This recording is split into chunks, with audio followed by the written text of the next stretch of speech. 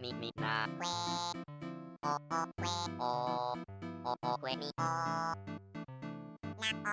na mi o na na mi o que mi na o que mi o que mi na que mi mi na mi o que mi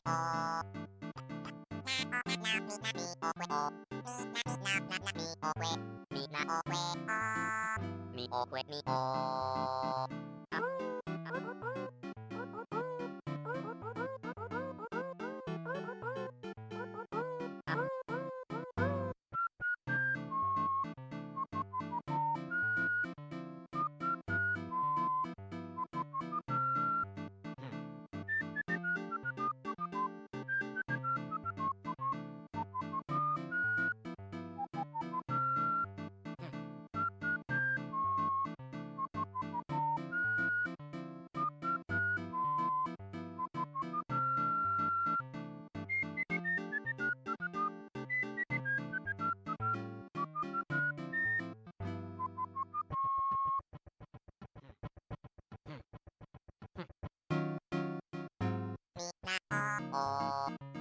mi mi na que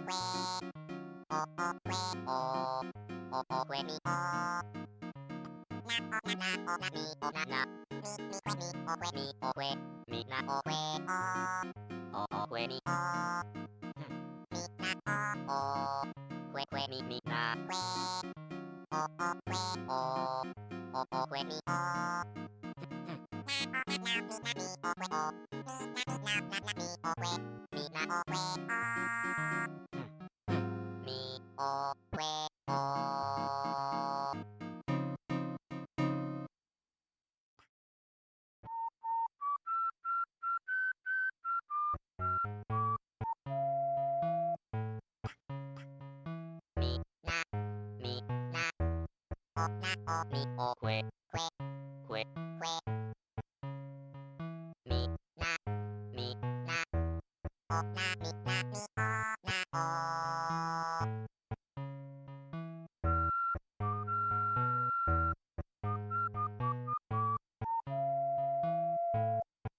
mi que mi o now mi que mi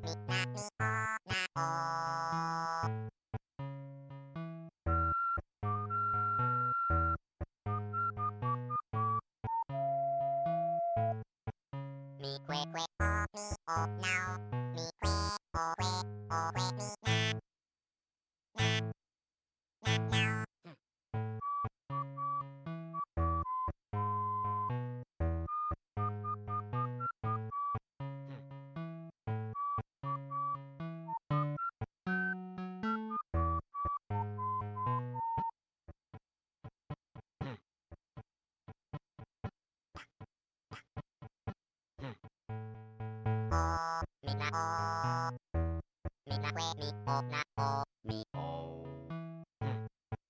mi que mi o now mi que mi now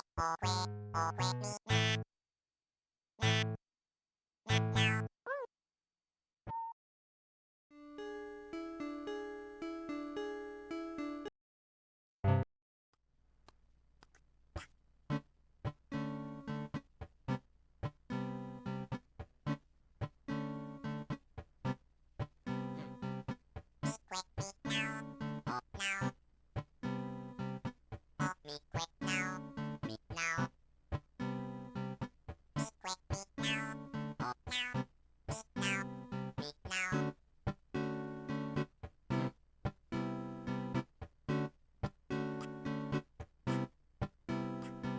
mi que mi now mi now mi que now mi now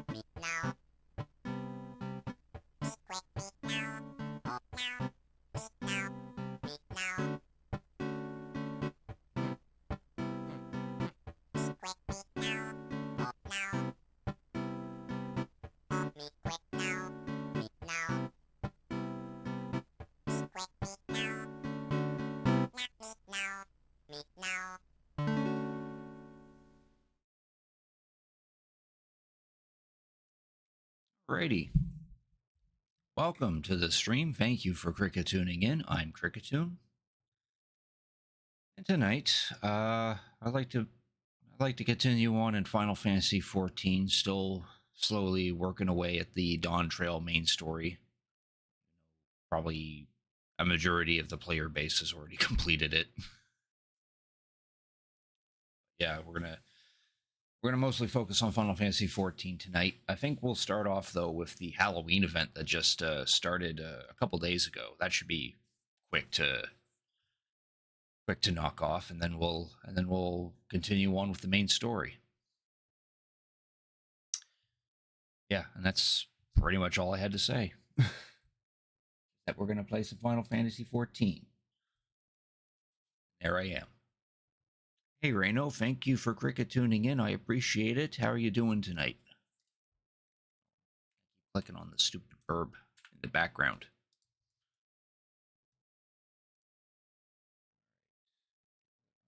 There we go.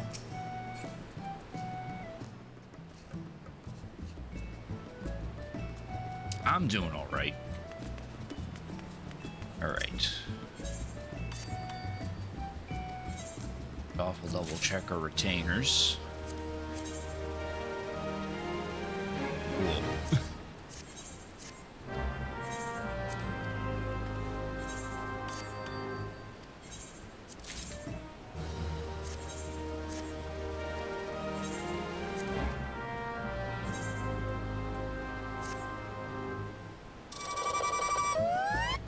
Oh, thank you for renewing your sub, Reno. I appreciate it. Prime Gaming, no less. That's greatly appreciated. Not necessary, but appreciated. 39 months, dear Lord. You're about to hit 40.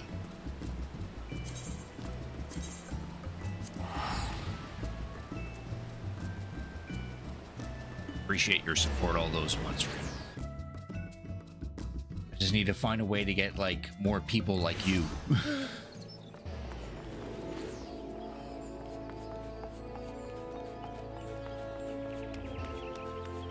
I am an awesome streamer. Oh, that's too kind of you to say. I think I'll be an awesome streamer when I have a lot more viewers. Just gotta figure out that. Gotta get me them viewers.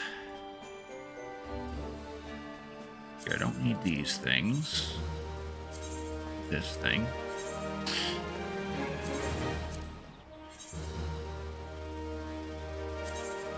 We just picked up.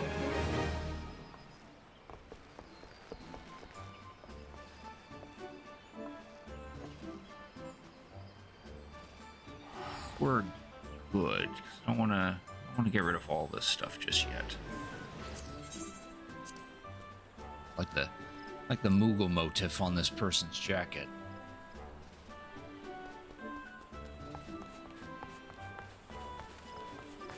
Alright, so first thing we're going to do is the Halloween event for the game is started a couple days ago, so we're going to do that first, because that should be hopefully quick to knock off. And it'll get us a new set of clothing. In fact, it'll get me the clothing that this guy's wearing right here. This guy's wearing the prize for the event.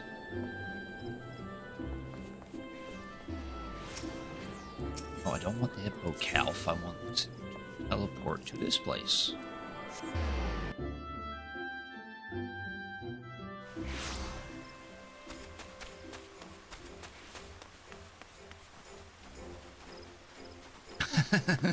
There's someone dressed up that looks like Alize, but she's also wearing the event clothing.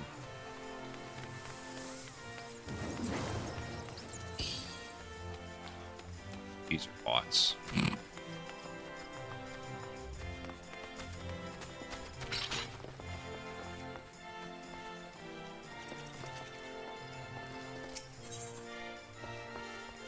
Aether-starved Araman. More than a few moons since we last met, friend, so what happens if I have a proposition suited to your talents? Yes. Before we get to the heart of the matter, let's reflect upon the history of All Saints' Wake. This night do fell fiends emerge to cavort and careen, unconcerned with judgments of those on high. The halls of the saints' heavenly abode ring with merriment as the wine flows freely, and no one can be bothered to look down.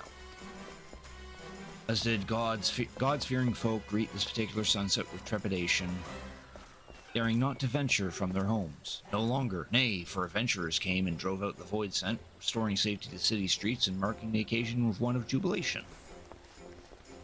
That's all well and good, but what of the poor forsaken fiends? Are they too not deserving of revelry? I wish to see All Saints' Wake reborn as a celebration for all, be they ghost, ghoul, Grindanian, or otherwise.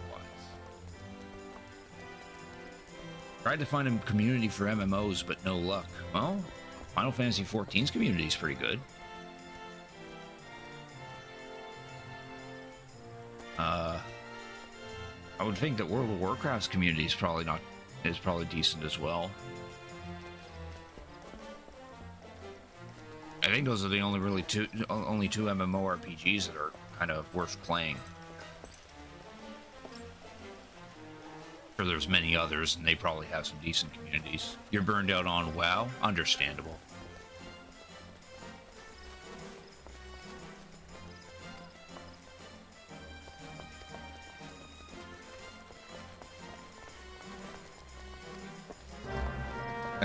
Started bet, so now we're gonna walk all the way over there.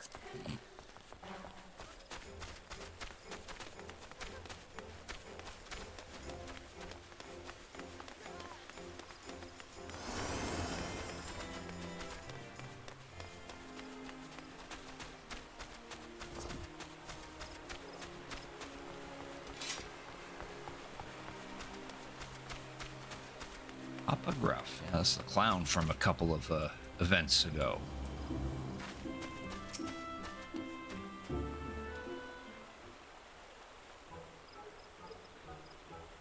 Entertaining some children.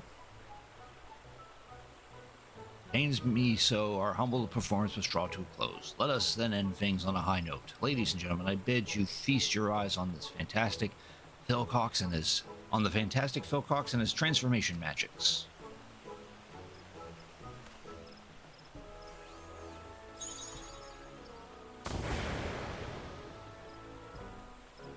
Jeez, that didn't work. What's that all about? The clown and whatnot was a right laugh, but that last bit was bleeding rubbish. Come on, let's get out of here.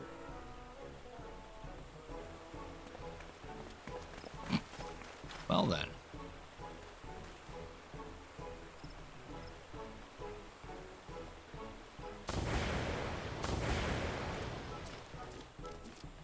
Once more you failed to muster up even an ounce of magical prowess. I had the crowd in the palm of my hand. We'd have been the toast of the town if not for your blunder. There you go again, shrieking the same old tune. I've had it up to my eyeball with this farce. Just because you know a few cheap tricks doesn't give you the right to treat me like that. Can't stand the sight of you, let alone the taking of the stage with you again. Good riddance.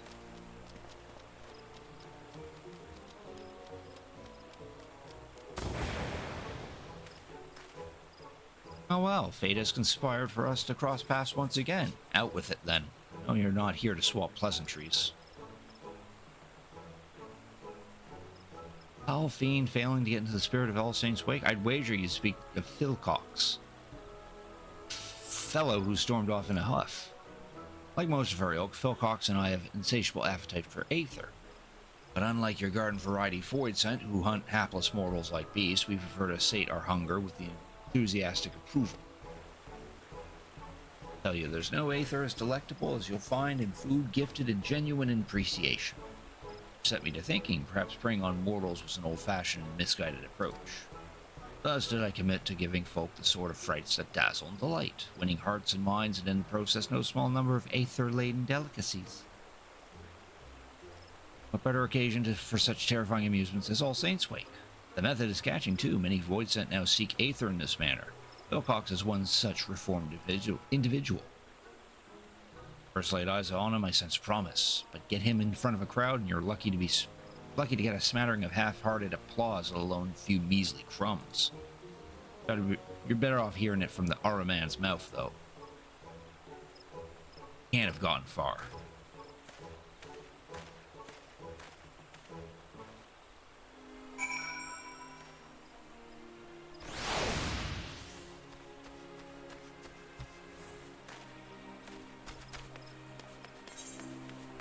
Now we gotta go find that fella that just ran off.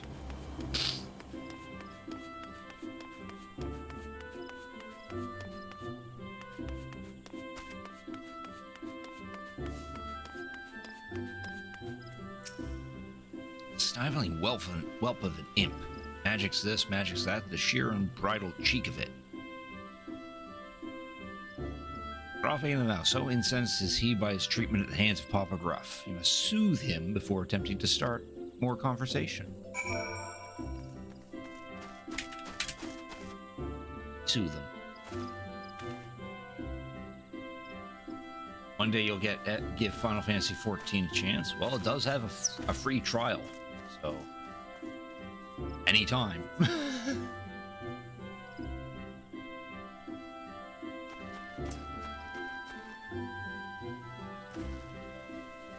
Taking leave of my senses, your timely intervention is much appreciated. Look of you, I'd say you're an adventurer. Let me guess, that pumpkin-headed lady sent you to check up on me, did she?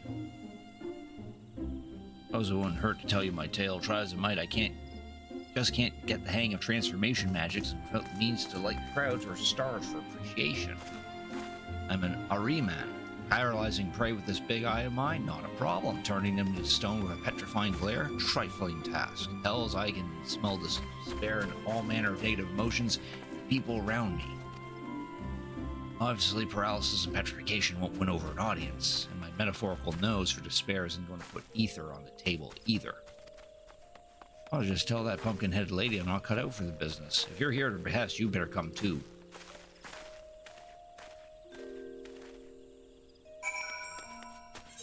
I'm gonna go back here.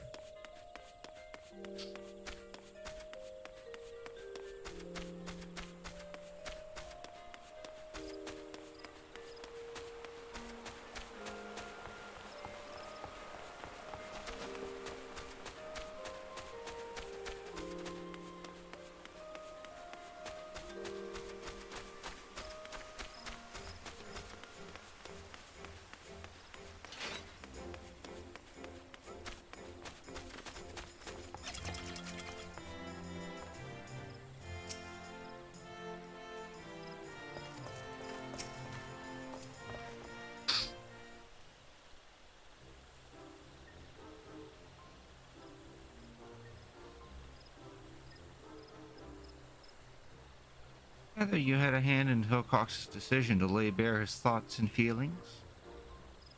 Not that it did any good. I'm still stuck at square one, underappreciated, undeferred. Curious child, are you truly so blind to your own potential? No doubt you have an inkling of what I speak of. Pray, share your wisdom with Wilcox.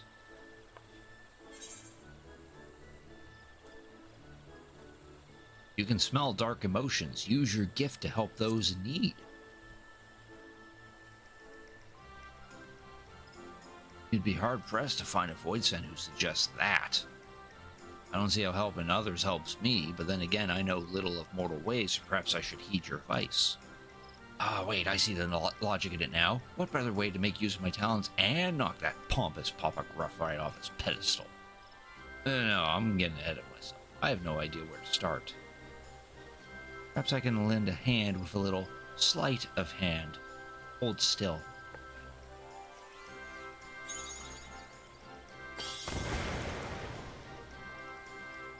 Ah, he's wearing the clothing. Not only is that guaranteed to turn heads, each and every thread is imbued with a potent magic to aid in your newfound purpose. Oh, you know, I think I can feel it. Maybe this isn't going to be so tough after all.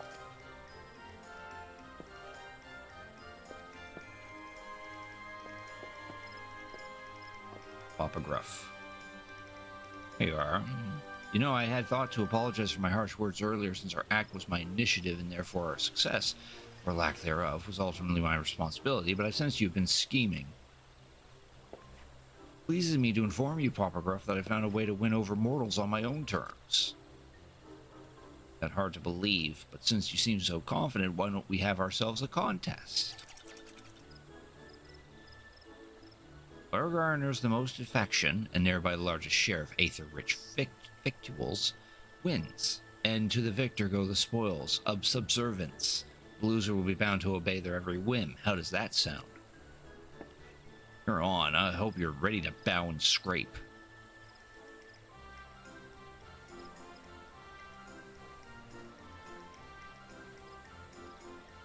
That moral epithet about one's bark being worse than one's bite comes to mind. Prepare yourself, Philcox.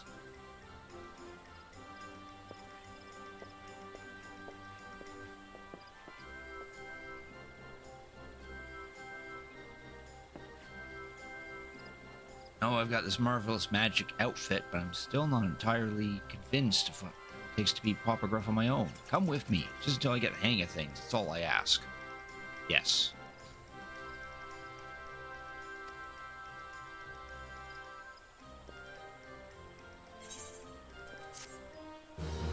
It's the first part. Now we gotta do the second part.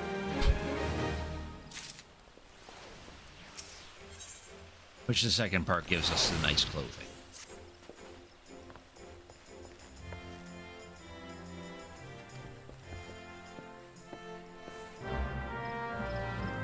Probably can already figure out what this event's gonna be like.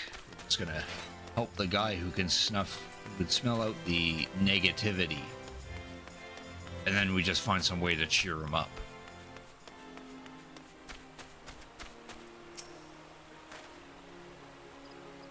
Look for folk harboring negative feelings. Give me a moment.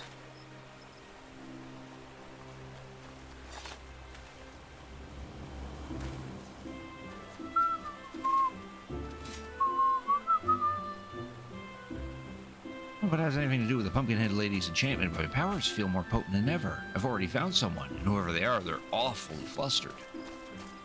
They're in northeast, I think, though I'm not sure where exactly. The roads here can be confusing.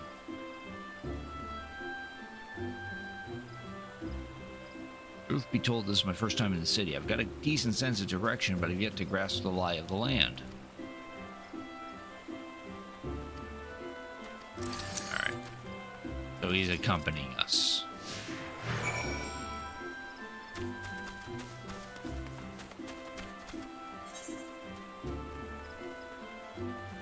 And there appears to be a stop on the way. While a fellow named Gordon Ramsay.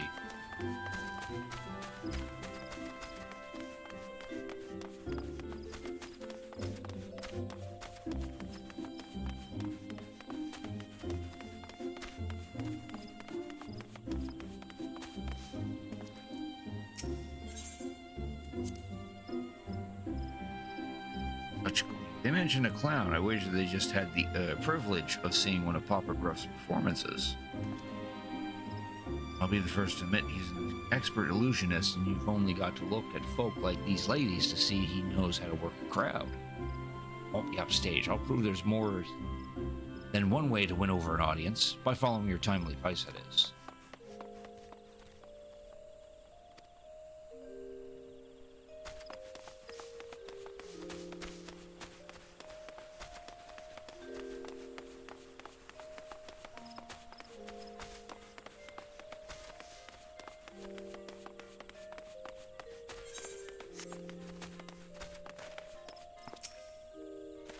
Oh, that's where she gotten to. Must be the fellow my senses were leading me to. Shall we find out what ails him? You there, what's gotten you so worked up? Oh, forgive me, there was this poor little girl who'd been separated from her mother. I was helping her to look, but she suddenly disappeared. Instantly abandoned her. Then again, I have an urgent personal matter to attend to, so I don't know what to do. In that case, why don't I and my associate look for the girl? Then you can see to your affairs without worry. Thank you, thank you. She's a young lass dressed in blue. I hope you'll be able to find her forthwith. It was appreciated, yet here I am, empty-handed. Forget the food. We have a lost child to find.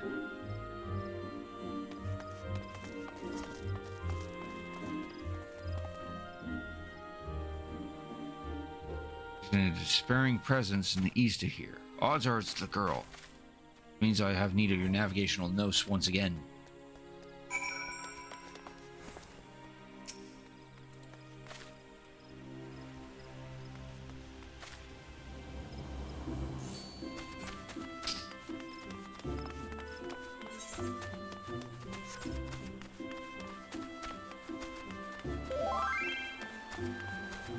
That guy that I just fucked at was a roleplay friend. Curiously, not on my friend list, though.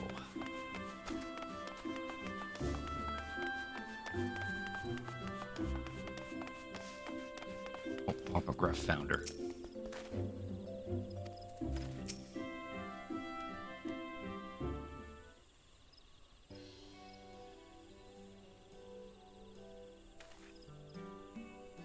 Thought this would be a fine opportunity to accrue some appreciation, but this poor girl's beside herself. She keeps calling out for her mama.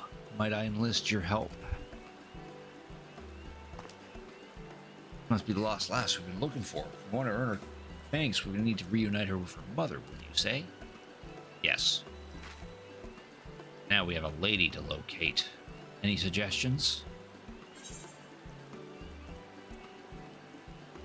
Use your senses to sense someone feeling anxious. You're saying the mother would be worried about her daughter having gone missing? Brilliant. This is exactly why I had you accompany me. Right then.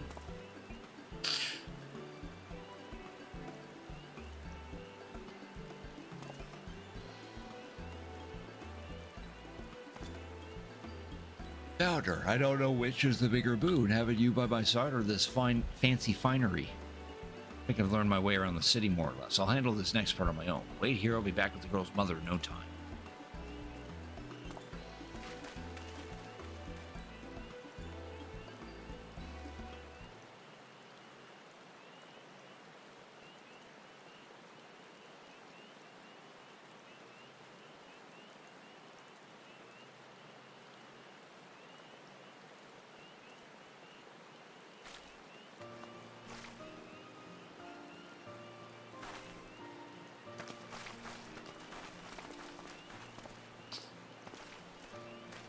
Oh, be praised, you're safe.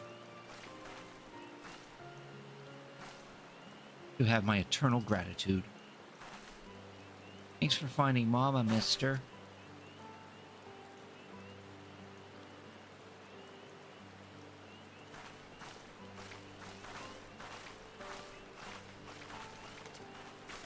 Believe me now, Papa Gruff. Sweet, sweet appreciation and all courtesy of my special talent. Help but notice they didn't offer you anything edible by way of thanks. For my part, I've already been rewarded with a tasty morsel.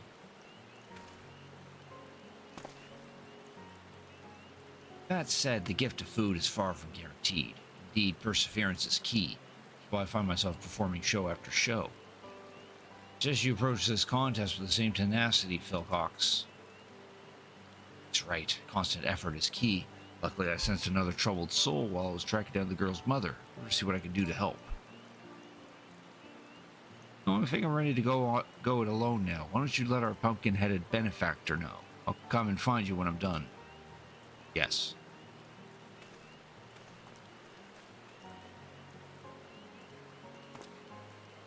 Well, I'm afraid my next performance calls. Till we meet again, adventurer. What? Why did I get into Final Fantasy not WoW? Being real, World of Warcraft Online, it would have been a game I would have played, but I think it was all the advertisements and people talking about the game a lot. It's kind of what turned me off about it. Because I would see ads for it on TV all the time, and it just kind of didn't. I just didn't want to play it because of that. Something along those lines. But for Final Fantasy 14, well, I barely saw advertisements for it on like television. Probably saw more advertisements for it on the internet. But I think well, definitely it's because I like the Final Fantasy series for sure. That's probably one reason why I picked Final Fantasy 14 over World of Warcraft. That actually feels like a better reason. I've played more Final Fantasy games than I have Warcraft games, because I know Warcraft is like a turn-based strategy game of sorts. Or well, I wouldn't say turn-based, it's more real-time strategy, and I don't really play those kind of games. Of course, World of Warcraft is an MMORPG, but it's based in the Warcraft world, which the series of games started as real-time strategy games.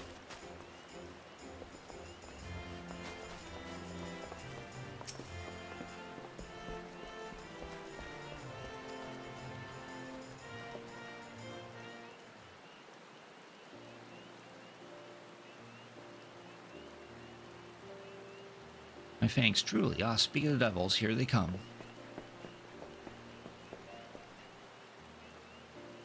Oh dear, that turned out to be a damn sight harder than anticipated. And all I have to show for my travels is a single cookie. I think the first gift I received would prove to be the last. Curses, I didn't receive so much as a crumb. This means you win. Well, I am yours to command, Papa Gruff. You admit defeat far too readily, Philcox.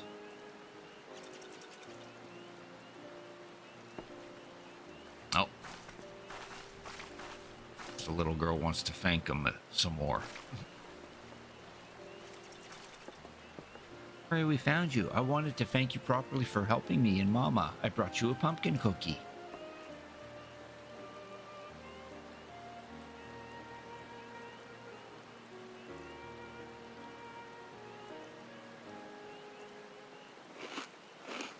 Eat the cookie. Simply scrumptious. That must have been a damn good cookie.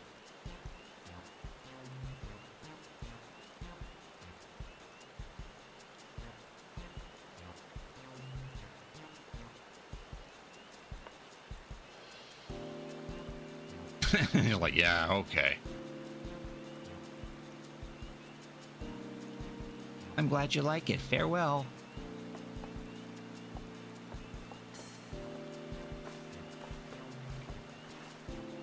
That makes it one apiece. A draw, then. Still, Philcox, while you had some assistance along the way, you nevertheless done yourself proud.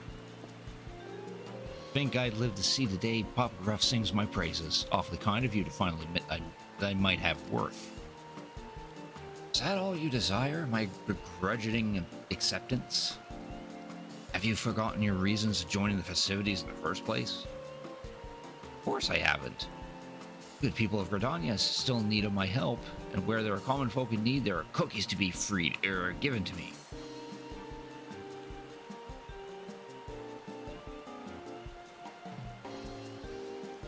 And sure, I had better get going. Before I do, let me say this. I might have found a way to make the most of my talents, but I wouldn't have been able to do so without you and the pumpkin-headed lady.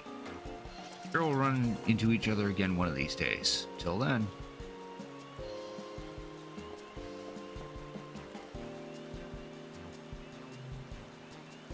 Promise I sensed in Philcox when he and I first met wasn't illusory after all. I should take my leave too. It would be remiss of me to allow him to garner all the glory, to say nothing of the cookies.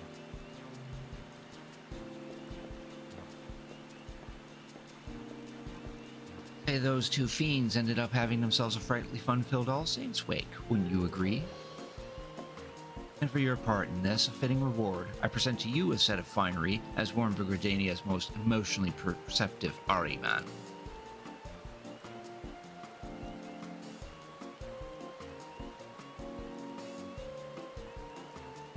Perhaps you wonder if your outfit is endowed with the same enchantment? You needn't worry. There never was an enchantment.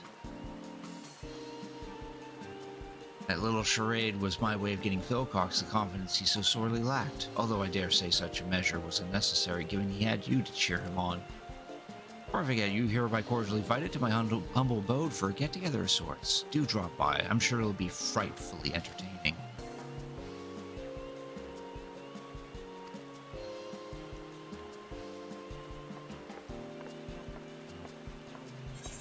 There, that completes the event.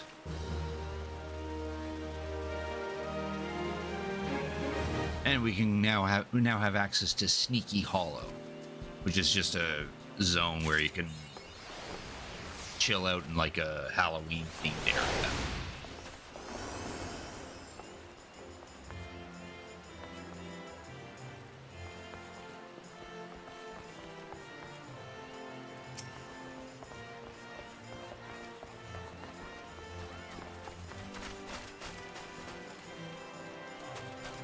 Guess we have to talk to this guy to go there.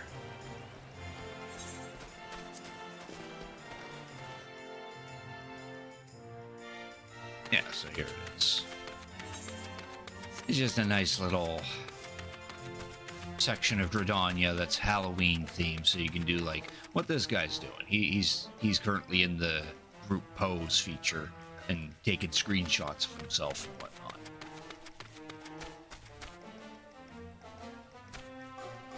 As you can see, there's a lot of ghosts about and some chairs and stuff.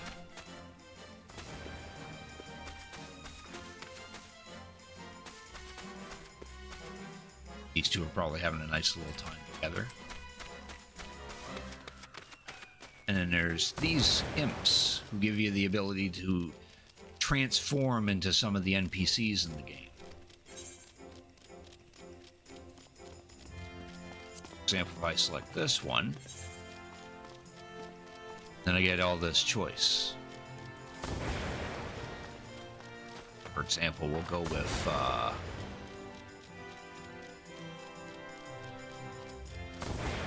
over this one, an eccentric Mikote. There. Now we're suddenly Grahatia prior to his going into the Crystal Tower. We can just dispel that by right-clicking on that. See, this guy just turned into Emmerich. Guy also offers transformations.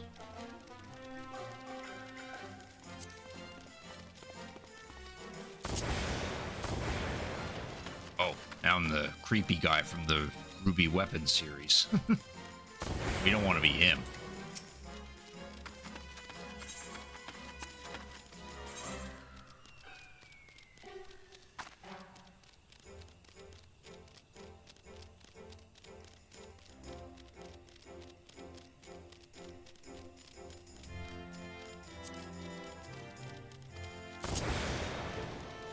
There. Now we're Reen prior to her Minfilia, or in her Minfilia form. The first.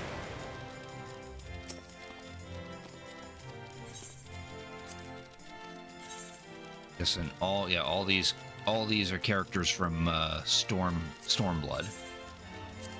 Well, then these are all characters from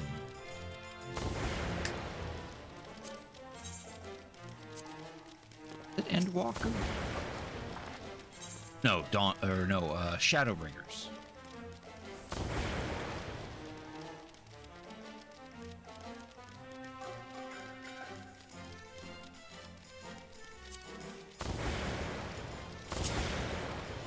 Oh, now we're Julius. He's from Endwalker. So this guy, this imp here must allow us to transform into more recent NPCs.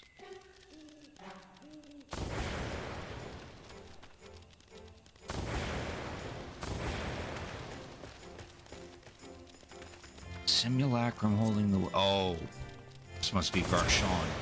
Yeah, Varshan.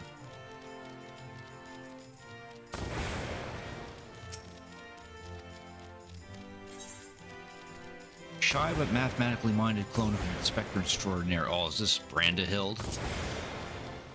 Fuck yeah. We can be blocky Hildebrand.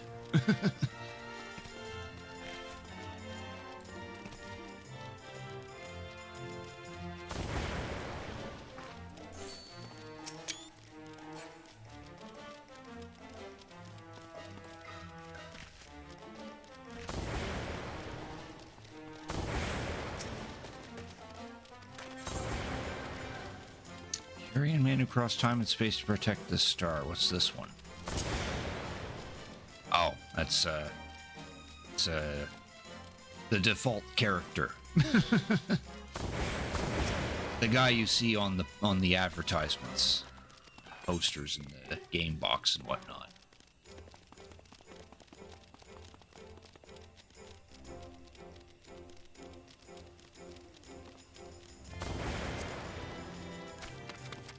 That means this guy is all... Yeah, this is Realm Reborn, and then this is Heavensward. So this guy's Stormblood and Shadowbringers, and then this guy's Endwalker. Endwalker and Dawntrail. A little bit of Dawntrail. The pumpkin-headed apparition. Which that's just basic questions.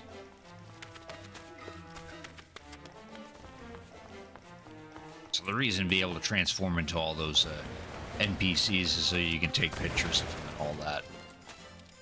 Make him do funny poses.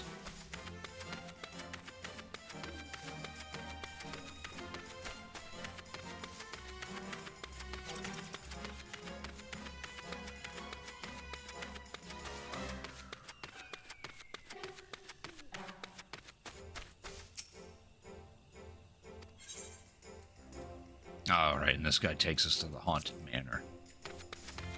Which, I forget what that was. It's a reskin of Hulk Manor, one of the dungeons. I think when you go into this room here, there's 2 more imps that allow you to transform into other NPCs. Or no, they offer the same ones. Okay.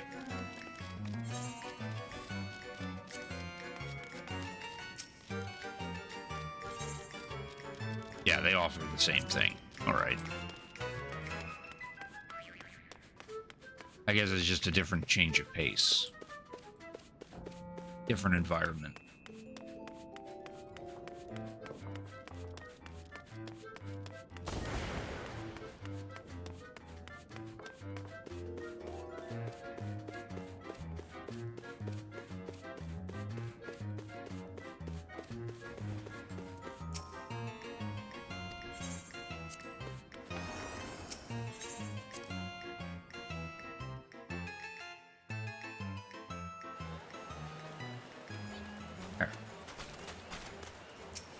Lady sells some other stuff, such as a tabletop item called a flying pumpkin.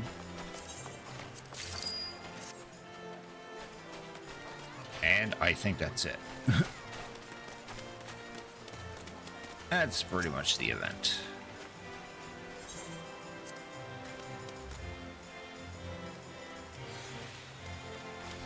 There's a Splendid Rose.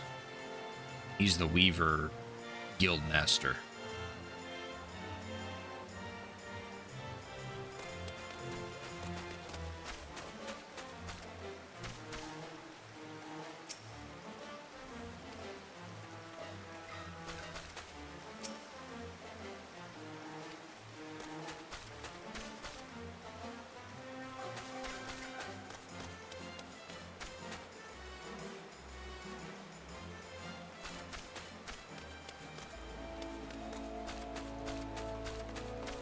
Our other NPCs are chilling down here.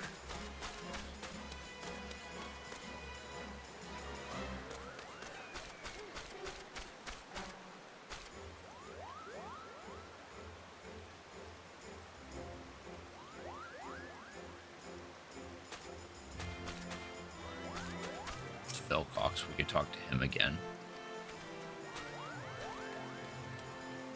Cool, alright. Guess with that done, alright, I should probably actually try on that gear we just picked up. As soon as I can learn how to open my armory box.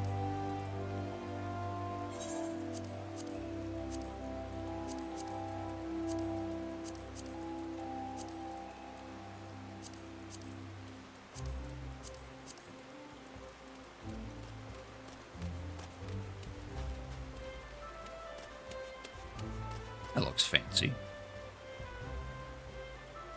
Well, his opponent in the shoes, though, like we saw those on Philcox here. See, the shoes are heckin' massive. But on a Lalafell, they're not really that massive. I don't think I like the horns on this, though.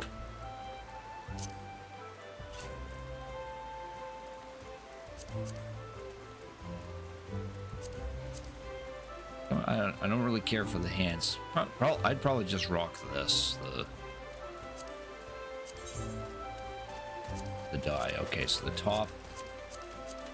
First die is that. Second, I assume, is the tie. Oh, perfect. Okay. I'd probably go like...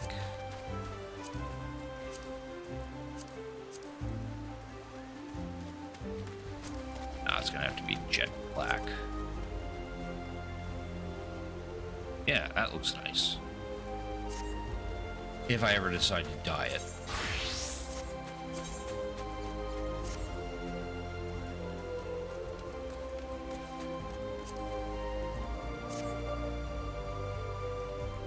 All right.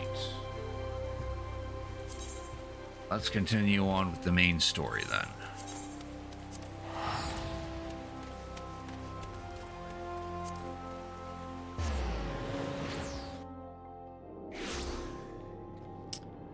That's where we left off. We reached this futuristic city place called Solution 9.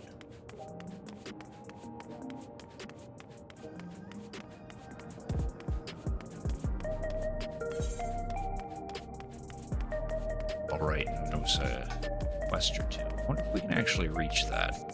That quest unlocks an aether current.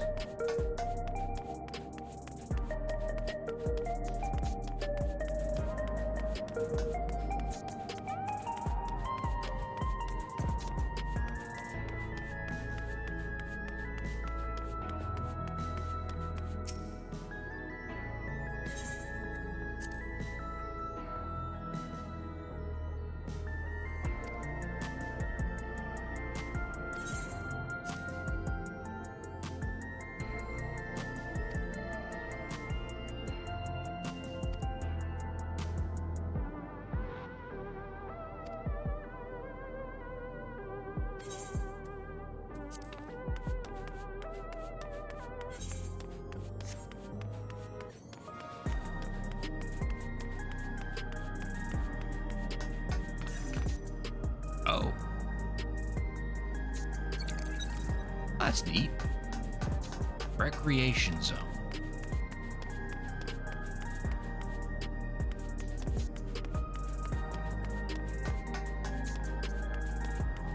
There's a little garage here. See more of these fancy motorbikes. Cars. That'd be pretty crazy to have one of these as an actual mount.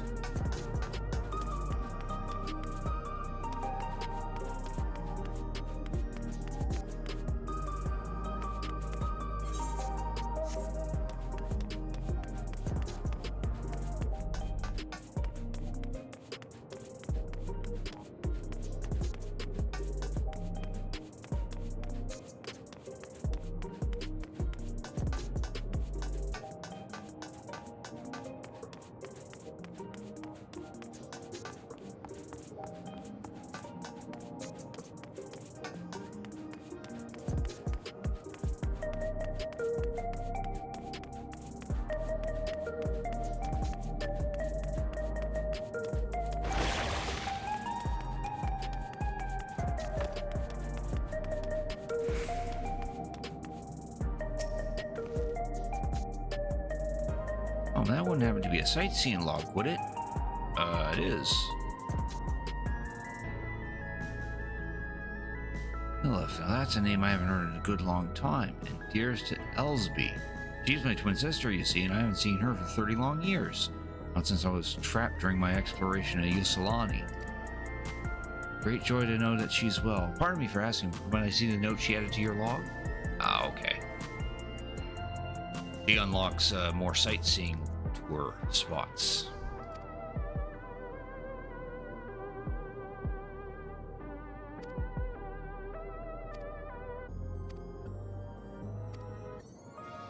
Cool. So now our sightseeing log's been updated.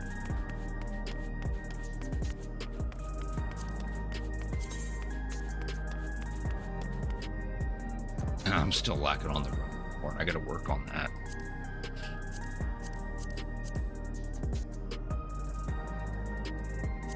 Yeah, this is probably what they added. A couple of these, though.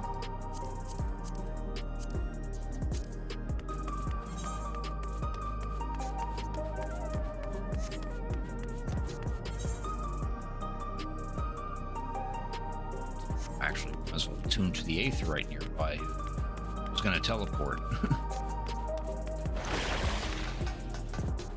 Oh, there's a sightseeing log right there. Vantage point.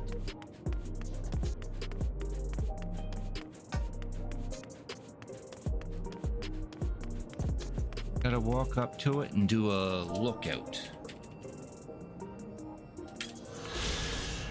True Vu. Lined with bars and fighting stadiums, True Vu is considered the finest entertainment district in Everkeep. District's current name is based on the popular idea that only those who gather in its back alley streets see the truth of the world.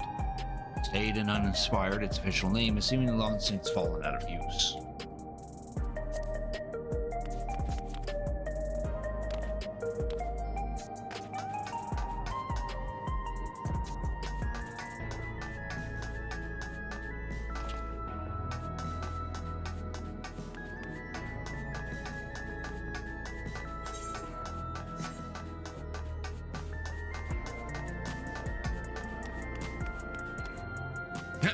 Someone's sleeping in the trash. This bed's so comfy. Bruh, that's no bed.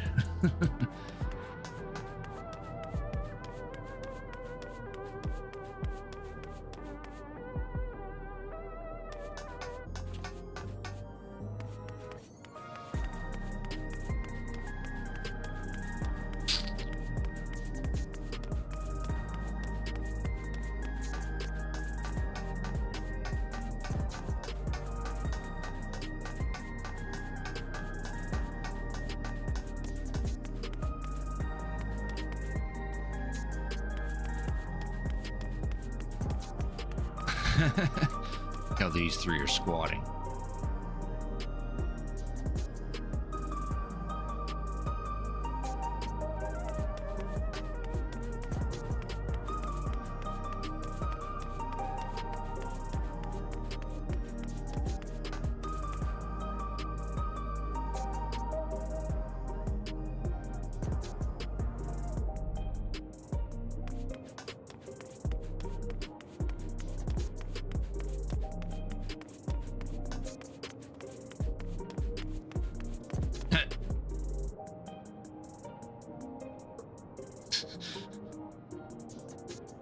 Person's getting bullied by Lalafels.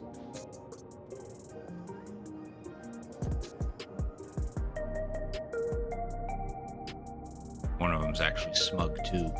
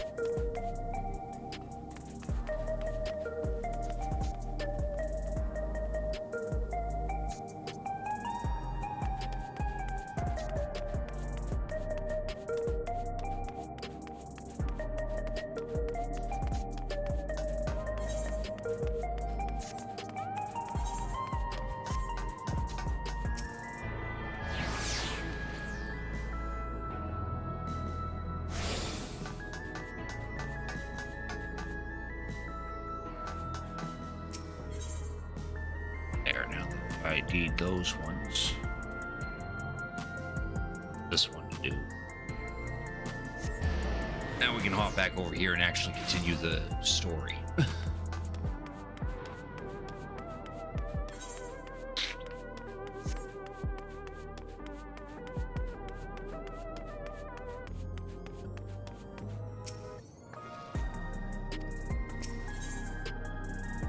Speed stands ready to take you on a tour of Solution 9. Kind of just already walked all over the place.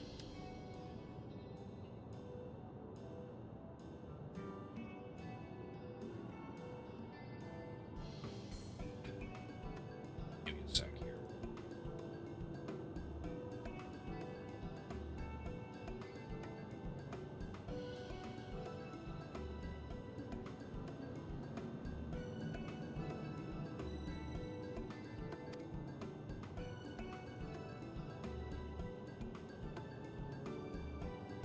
Really grateful this place is so vast and confusing. I didn't even know where to begin.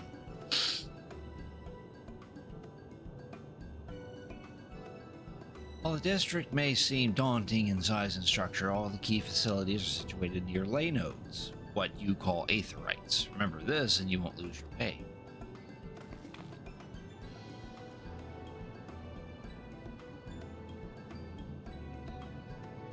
Now, seeing as they're right here, I will show you the Nexus Arcade first.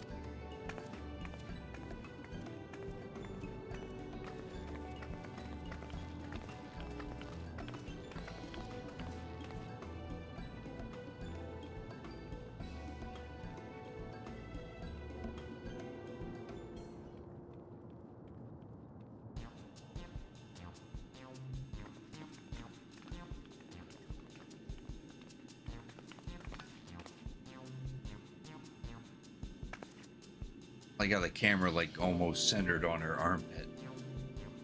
This complex is home to all manner of shops, from food and daily necessities to technological conveniences. You can find almost everything here. What keeps interiors vast as you observed. This arcade makes it possible for people to acquire what they need in one centralized location. Amazing. Get to the upper levels. I don't see stairs. See the glowing pattern over yonder? That is an automatic conveyor.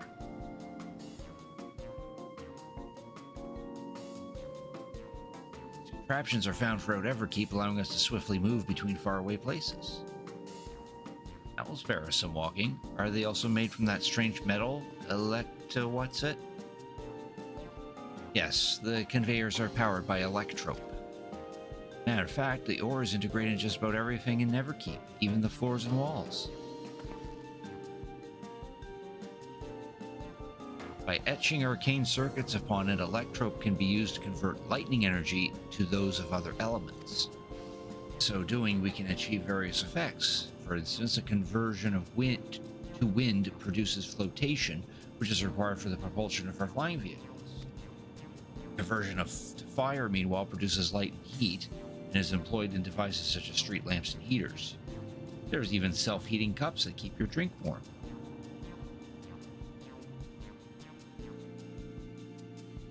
You make a drink cold if you convert it to ice instead. You certainly can. Our vending machines do just that. What's more, multiple energies can also be combined to produce some clever effects. For instance, by manipulating the air with wind while projecting light with lightning, it's possible to alter one's appearance.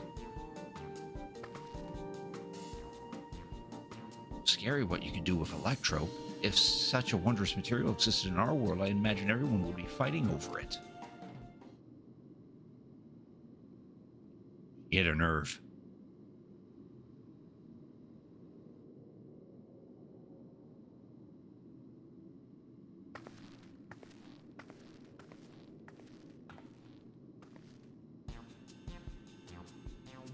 Shop over here. What does it sell?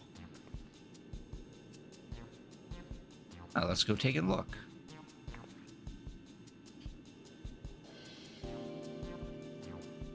Dare say you will find it interesting. And that was a lengthy quest accepted.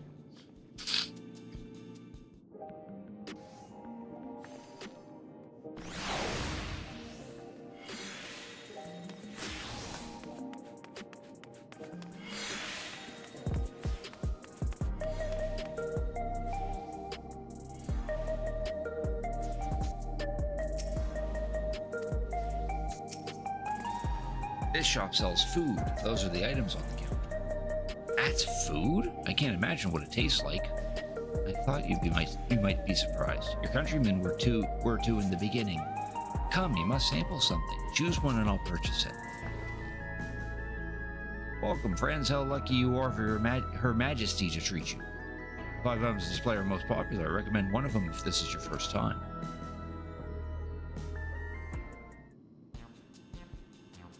Select an item that interests you. Oh boy, we get to pick. You know, we can go with a slab of pink hexagons, or a liquid-filled pouch, or a long rectangular bar, hexagon patterned bag, or a black and yellow tin.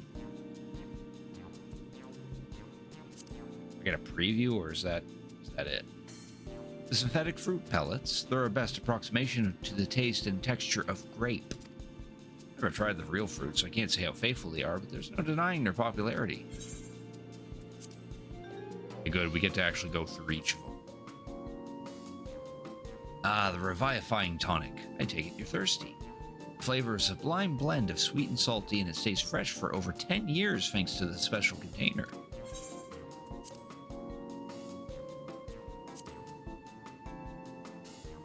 Keen on the perfect meal bar, are you? It's all the nutrients your body needs packed into a single foodstuff.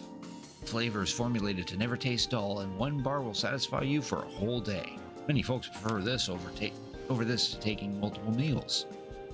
Geez, I wouldn't mind that. It'd be pretty convenient just to have to eat one thing and then not worry about eating for the rest of the day.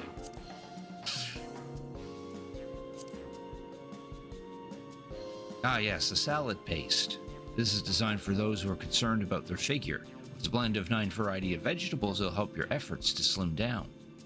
Salad paste. Fashion models swear by it, and youths can't get enough of the stuff either.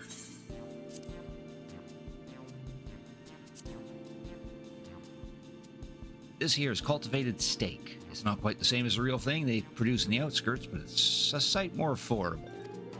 The particular product is known as Gold Label, and it's a delicious hybrid of beef and chicken grown at the plant at the 4th level.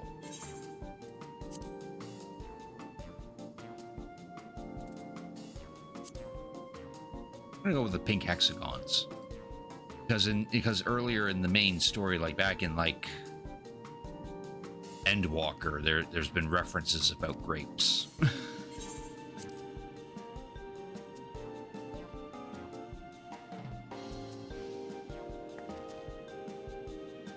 They're all very tempting.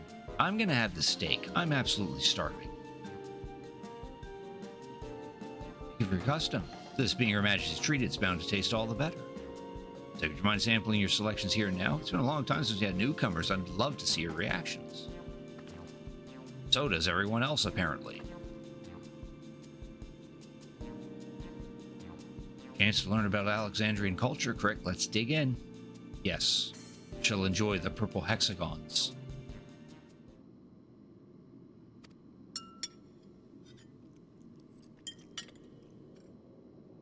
Random dish clattering. Following Wokolats lead, you sample your selection. Amazing! I've never had any meat like this before. It's tender like chicken, but flavorsome like ronique, and the spices give it just the right amount of kick. I could eat this all day.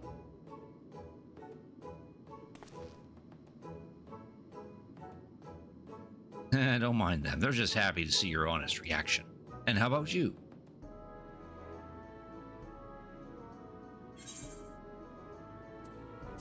Pretty good. Grapes. Hexagonal grapes.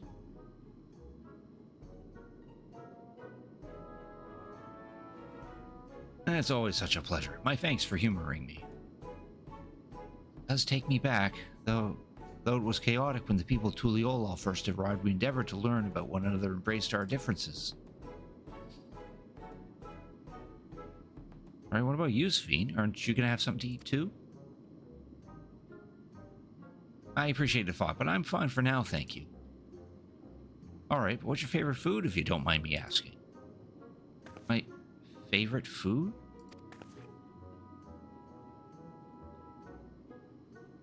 Why do you wish to know this?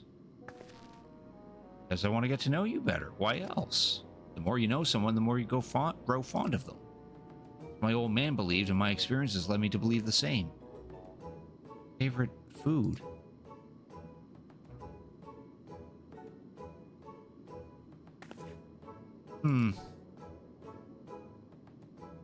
Is it such a difficult question? I'm sorry, when I think about those who labor to bring us the food, I find I can't settle on one thing. And I thought I was indecisive, but you're something else. Decisive? Perhaps I am, but you didn't need to laugh about it.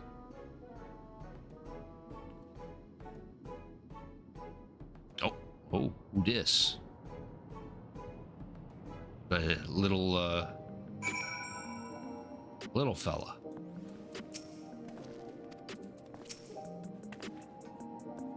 That's a question I may never be able to answer. Earlier, she doesn't have a favorite food. Thinking of showing you the residential sector, but it's in the part so I can tend to personal matters.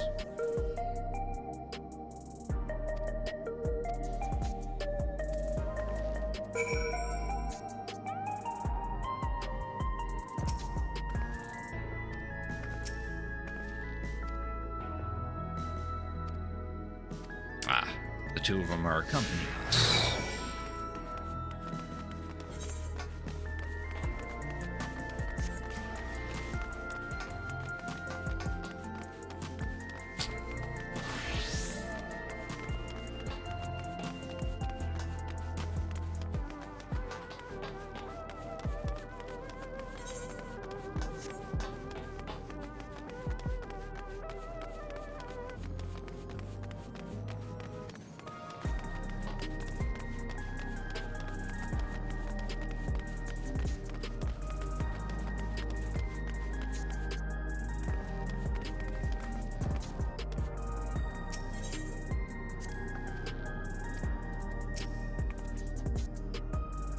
Mosaic Cafe. Here you can buy drinks to enjoy while you relax. In Tuliolal, there's a similar establishment called Blavtai. That's seashell in their local tongue. Is there a story behind the name Mosaic? There is. In our continent, the races are named for stones. There's the hewn, who resembles some Tonawada, the tall and graceful Eldtite, and the diminutive and affable Milala. Okay, so these must be the names of the races in Alexandria. So hewn would be the Hure, which is the human race in Eorzea. Eldtite is probably Elzen, which is the elf race, and Milala is Lalafell. All gathered here, they appear as a mosaic of colors. Thus did the founder choose the name to cafe. That's nice. If they serve tacos here, it'd be perfect. Tacos? Traditional Turali dish and one of my favorite foods. You must try it one day. Oh yes, definitely. Make it happen once we've restored peace to Tuliolal. Right, let's continue on.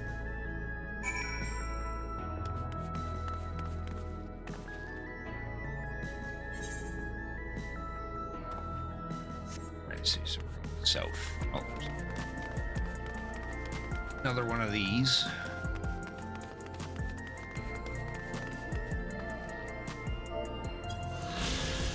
Mosaic.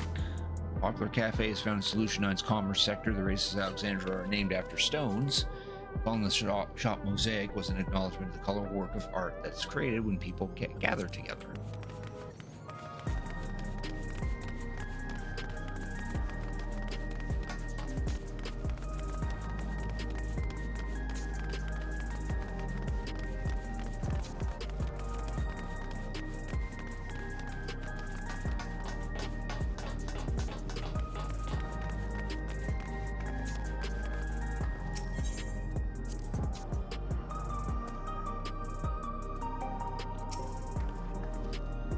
Yeah, these buildings are where our citizens live. Massive. Each one is bigger than the palace. Have to be for just about all Alexandrians. For just about all Alexandrians have apartments here. Lest you wonder, I'm here to visit some people. Their apartment is in the building on the left here in residential radius 914. Residential radius? That's right, come. The door opens automatically.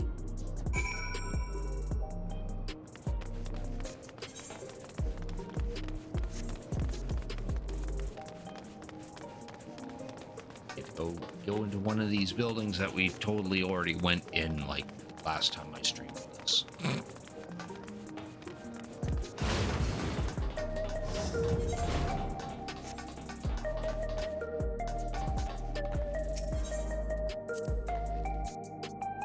Fiend, can anyone live in this place? Naturally. In fact, many of your countrymen make their homes here. No matter your origin or race, occupation or regular usage, all Alexandrian citizens are eligible for an apartment. This includes those you met who work in the outskirts.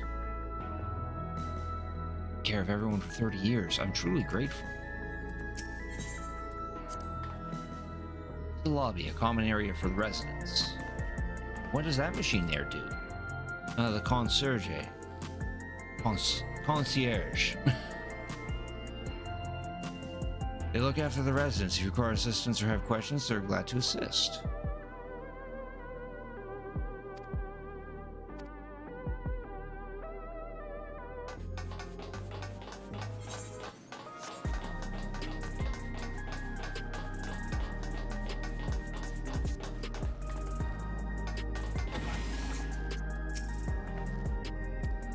The place, a mother and son live here.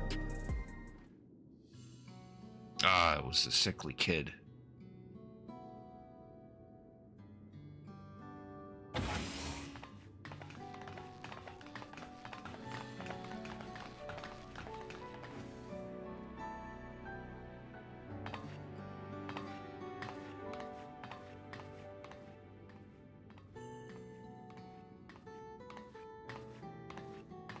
Hello, Isadora.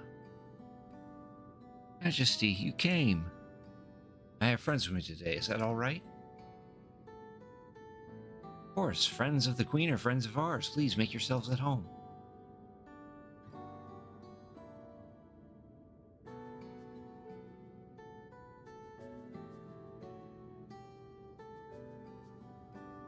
How's Milo's been?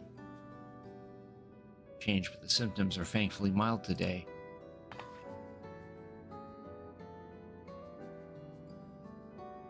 Oh, Milos, have you missed me?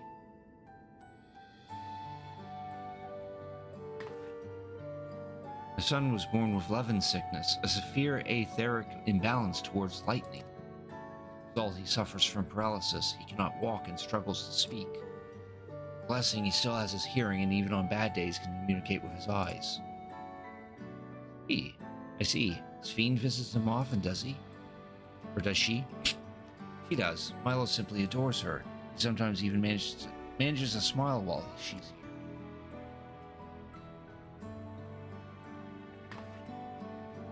Yourself, Isadora, how are you holding up? You needn't worry about me, Your Majesty. You always make time for us and we have everything we need. Hear that, but you mustn't strain yourself, understood? You can do for him? Perhaps a treatment with souls, or... Fortunately, no. While souls can revive those who have met with an accident, they cannot reverse the effects of old age and illness. Told many children are born like Milos. The illness has existed for generations, but we're not able to find a cure. cause is quite clear, though. The excess lightning in the environment. It's no coincidence the number of cases have risen dramatically these past 30 years.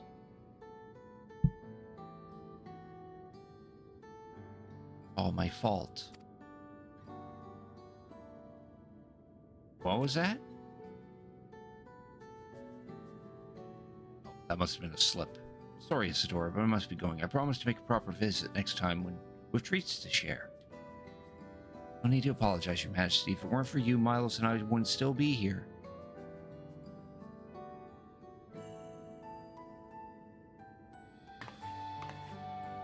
Thank you, Queen's Fiend. Oh, he actually spoke. Oh, and then he went back to sleep. My pleasure, Milos. I'll be back soon, so be a good boy for your mother and for me.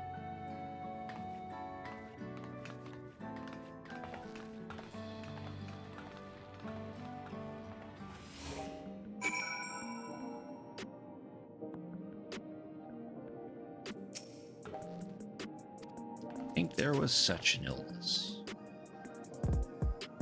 The illness is a part of life in Alexandria, and I thought that you should know about it. Find a cure one day, mark my words. Make it so unfortunate children like Milos smile again.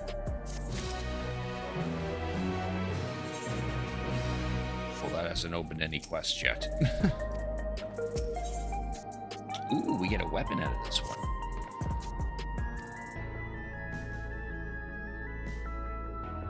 You obviously have duties to attend to, citizens to look after. We can stop here if you like.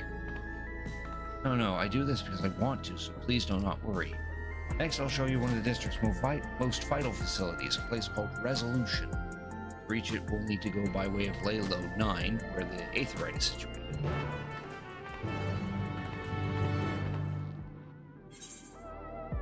Alright, so we go all the way to the main Aetherite.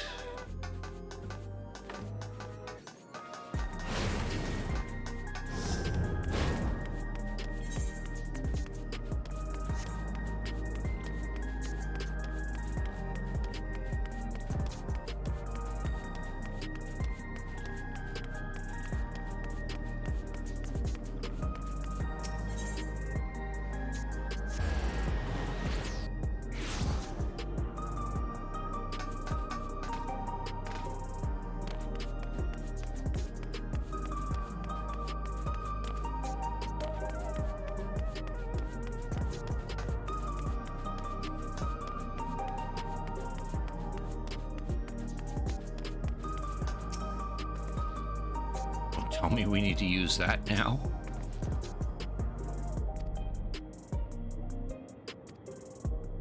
Is it safe? Extremely. There's no need to be afraid. Who said I was afraid? Come on, Crick. Yes.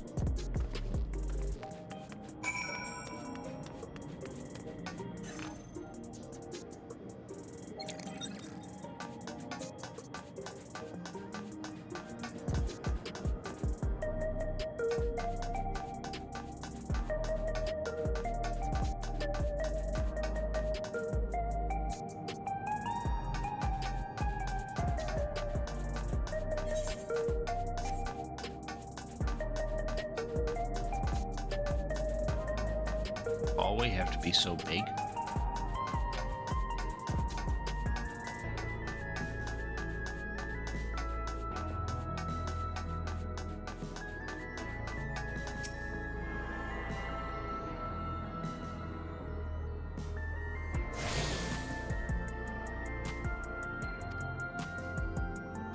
Oh, that was all the Aetherites in the area.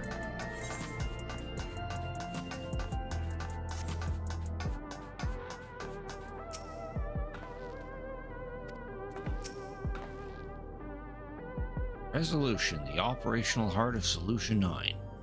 Resolution, we oversee the running of the district and provide essential services to citizens such as welfare, support, and job instructions. Quicker to show than tell, so let's proceed inside.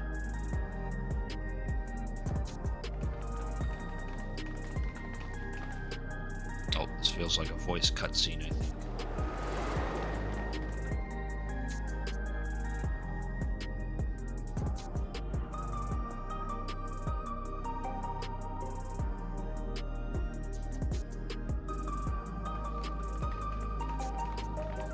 strange contraptions everywhere you look. Indeed.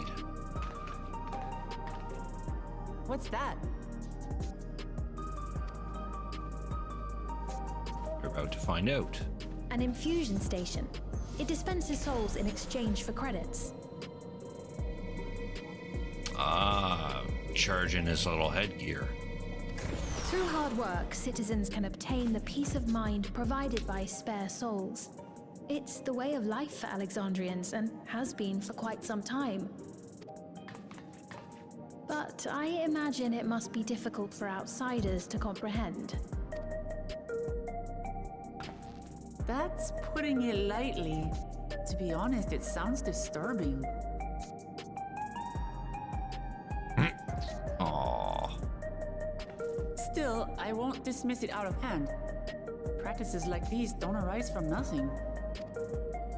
There's a reason why your culture is the way it is, and I'd like to understand. Won't you tell us some of your realm's history?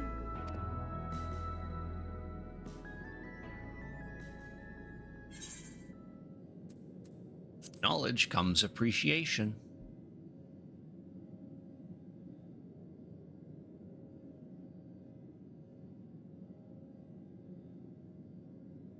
Very well.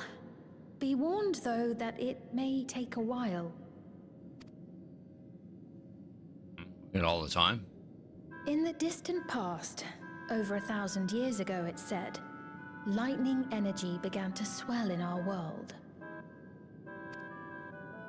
According to ancient records that date back around 8 centuries, the rainy season spanned a quarter of the year, during which time severe thunderstorms ravaged the land. 4 centuries later, this season had lengthened to nearly half the year. The trend continued, with our ancestors spending longer and longer languishing beneath storm clouds.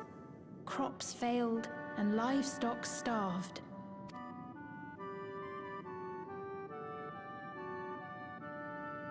But amidst this growing desperation, a miraculous material was discovered that promised salvation: electrope.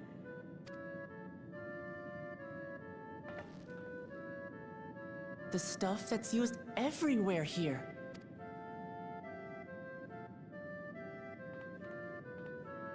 Indeed.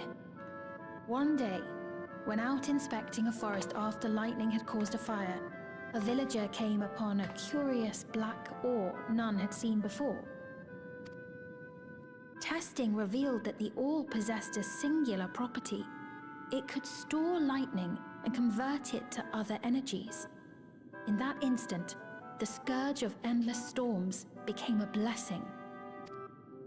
Dubbed electrope, the ore found use in myriad inventions and dramatically improved people's lives.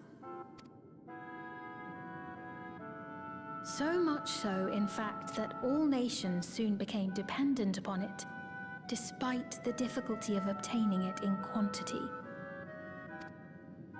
Supply was chronically scarce, and when nations couldn't meet their needs with their own deposits, some resorted to taking electrope from others. Fighting was isolated and sporadic until electrope came to be used in warfare. First in the weaponry of invaders, then in the countermeasures of defenders, and then in every aspect of combat where an advantage might be had.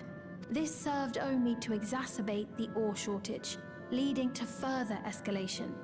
Before long, the entire world was engulfed in a terrible war known as the Storm Surge.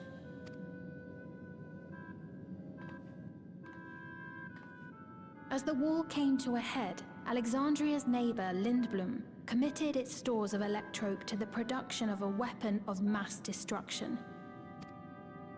They deployed it on the front lines and triggered a calamity of frightful magnitude. Not even their own scientists had anticipated the force of the lightning that was unleashed. The energy inundated the entire continent, laying it to waste. So that's how your world came to be this way.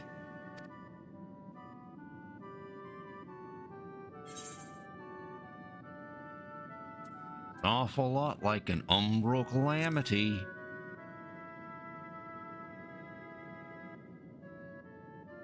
You truly know a great many things that I don't.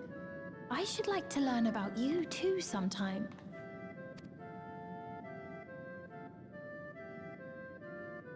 But to continue the tale, the people of Alexandria had already lost much to the war. They lost almost everything else to the Levin.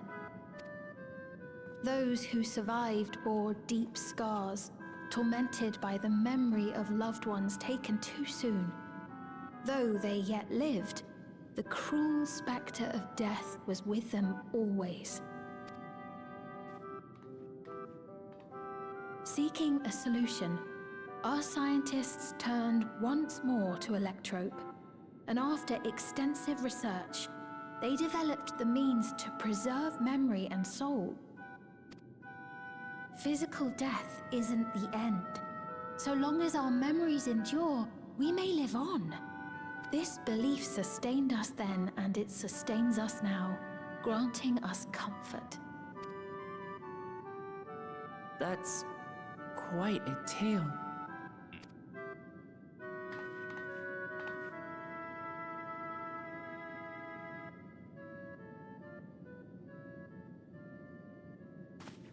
Your Majesty, help me! I beg you, help me! Oh. What's the matter? I've got no souls left. Not a single one! But the lot at Soul Supply refused to give me any! Please, you must do something! My apologies, Your Majesty. This man, he does no work. Instead, he drinks his days away on Trueview. He has Not only putting in the himself work. to blame if he has no credits for souls. That's not true! I'm a fighter at the Arcadian. Or rather, I was. I haven't been allowed to fight because of the King's decree. It isn't my choice. I see. You're a brave warrior of the arena. I want to help you, I sincerely do. But I cannot give you preferential treatment. Then open up the Arcadian again, so I can fight! I'm sorry, but that's not my decision to make. The king requires feral souls for war. He doesn't wish for them to be expended on amusements. You're useless! A queen in naught but name! Ow, bruh.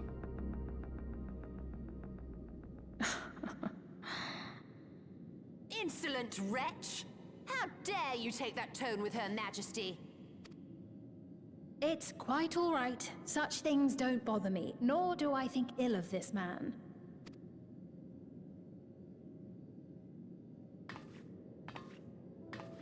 Hear me.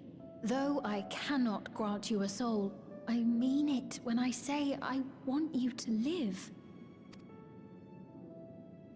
I love all of you equally, dearly. You are as family to me, and it pains me to see you deny yourself hope.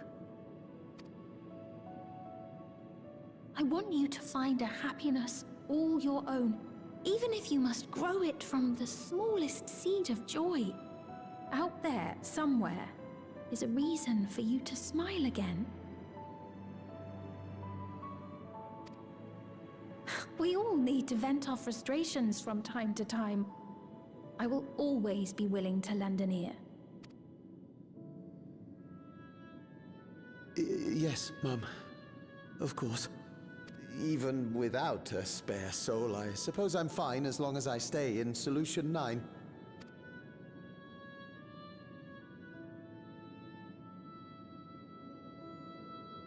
I apologize for my rudeness. Good day to you.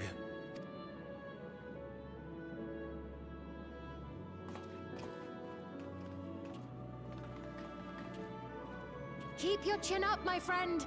And when you feel better, I'm sure you'll find another way to apply your talents.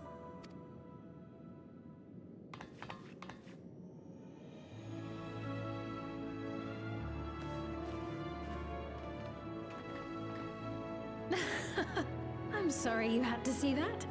Let's keep moving, shall we?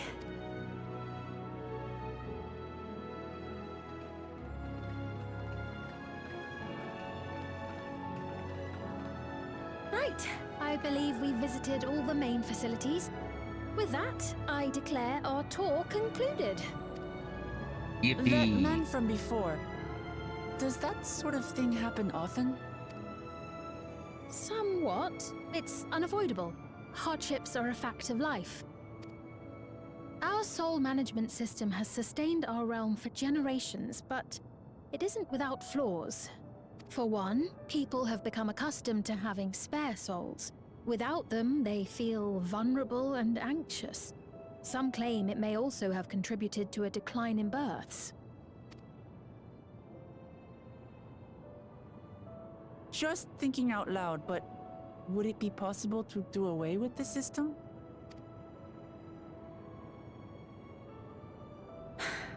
No.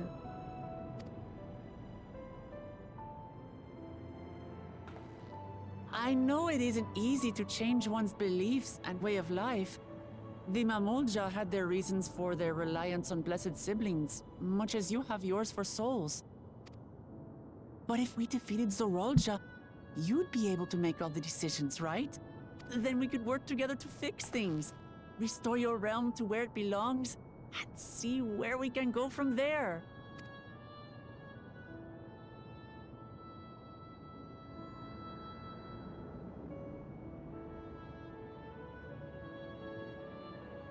Listen to me. There's something that I need to tell you. Except you're not gonna.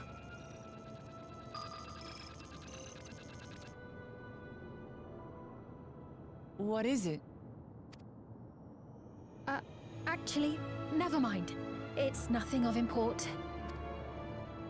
Well, it was lovely showing you around. Perhaps if the robots weren't walking around, she probably would. Of course. Of course. Thanks so much for the tour. We've learned not only about your realm, but you as well. For now, our priority is Zorolja. But once we've dealt with him, perhaps I can return the favor and show you to Lihiola. I'd like that very much.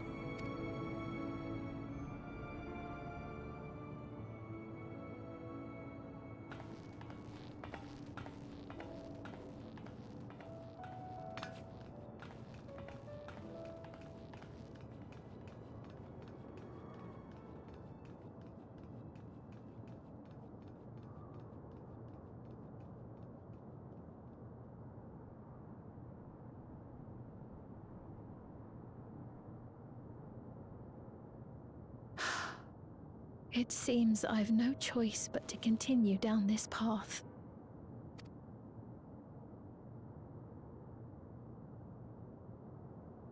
Forgive me, Val Wuklamat, but I must disappoint you.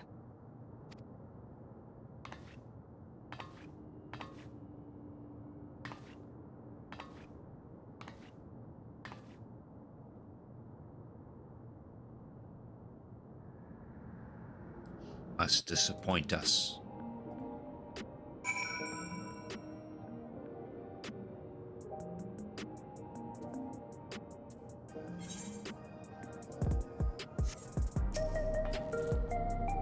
Been wanting to tell us, I wonder. I can wait for another time. We've been exploring for a while now and probably should go to Pouchwa's meeting point.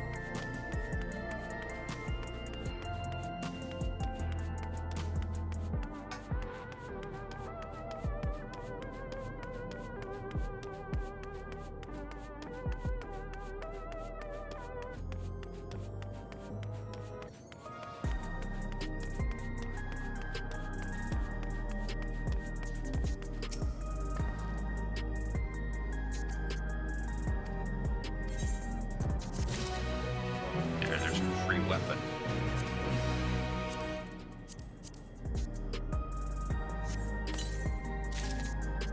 Arrow walnut flat brush.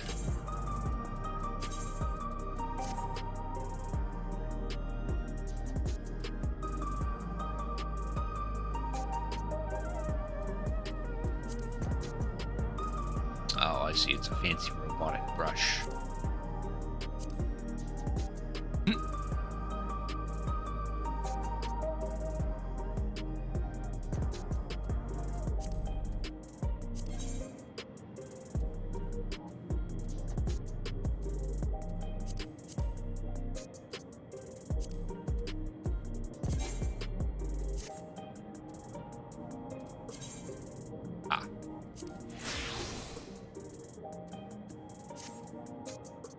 Go back to our chocobo brush.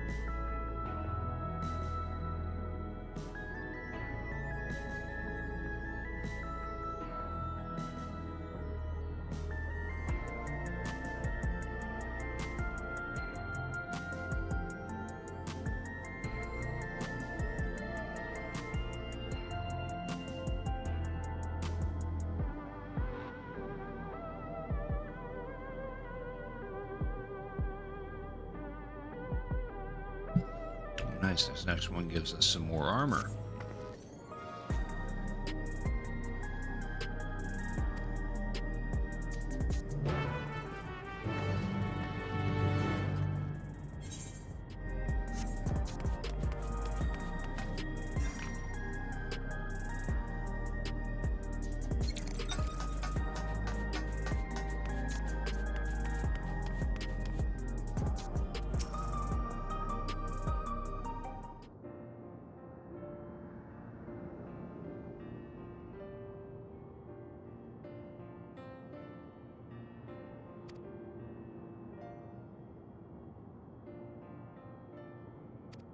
The others, though, then sitting and waiting, might as well explore a bit more.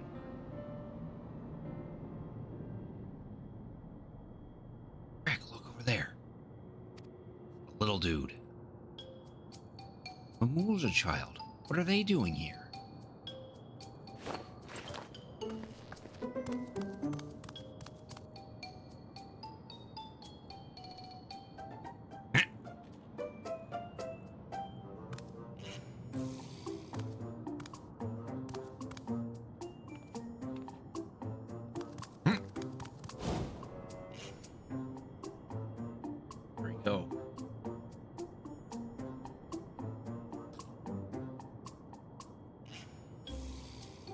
Right? The resemblance to Seralja. Blue scales of Bonewa with the features of Hobbigo. Can't be a coincidence. At any rate, it wouldn't do to leave such a small child on their own. Come on, let's go after them.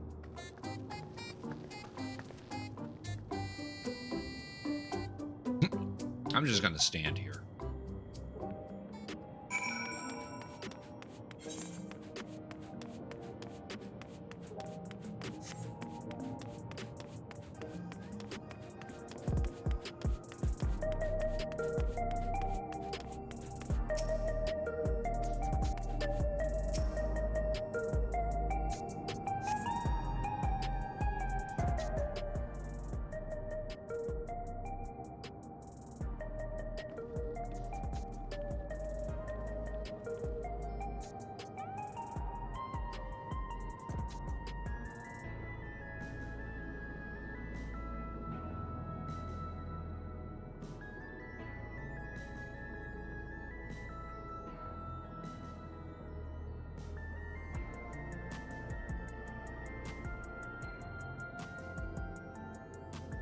This is true food. Not sure what I'm looking at, but it does seem lively. Giant graphics card.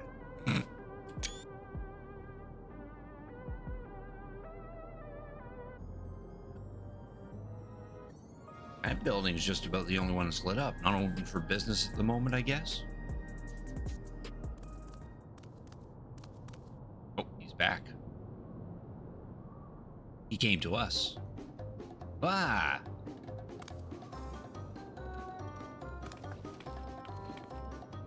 I didn't see you there.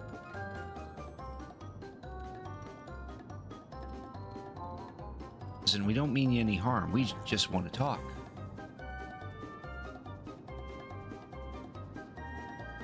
Odd, don't you think? They run off when we approach, only to suddenly reappear. Could it be they want to take us somewhere?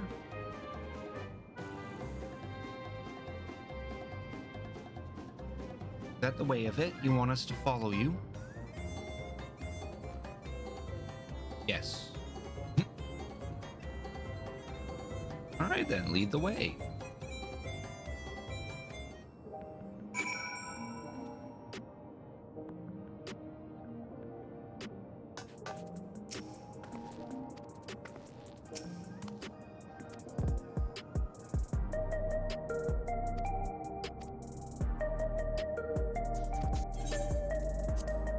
Time to follow the full-scaled hobby go, child. Hobby go.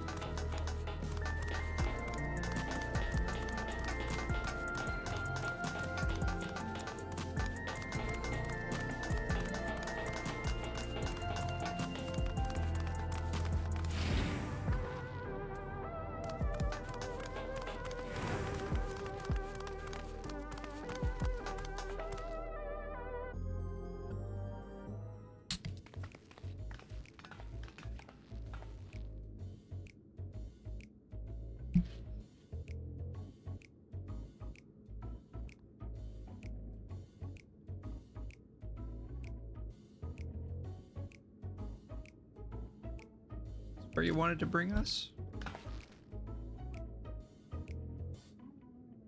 Underground bar.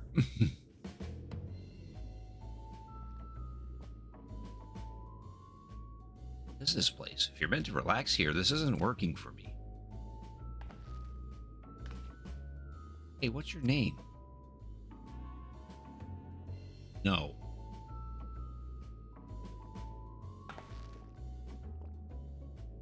Still not inclined to talk. He'd only talk if he's completely comfortable with you. You know him? Oh. After a fashion, but never mind that. How about something to wet your whistle? Adorable as you are, it's on the house. I can recommend our special, Her Majesty. I'll prepare one without liquor for the boy, too.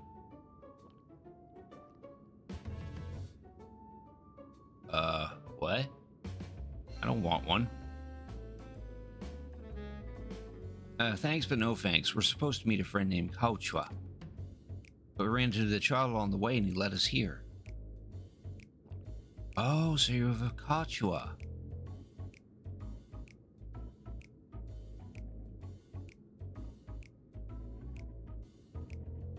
Ren.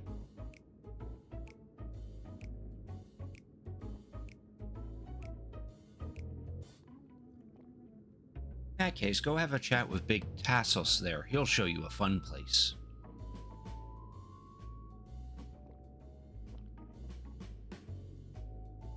What about him? I don't think he's in a mood to talk, so he can tend the bar with me. Ain't a turn for the strange, but you don't think we're walking to a trap, do you? Only one way to find out.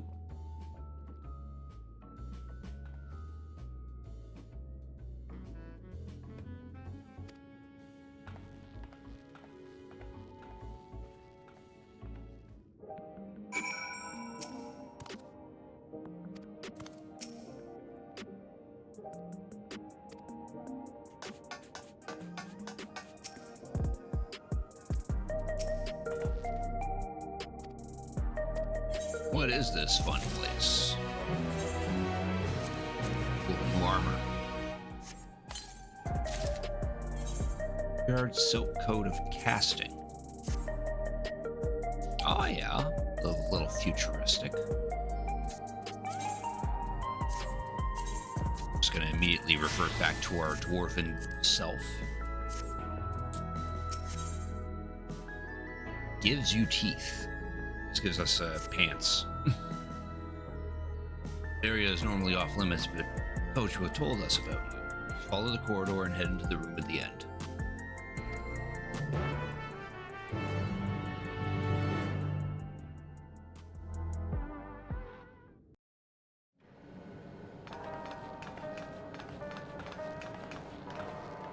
Wonderful! They're here! Yeah, we're here. We've only just arrived ourselves. Amazing.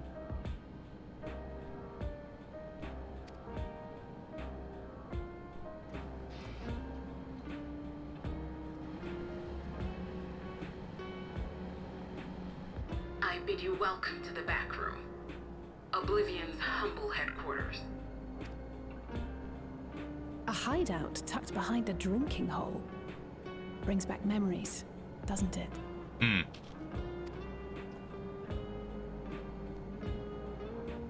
Our members here are mainly creators and adapters.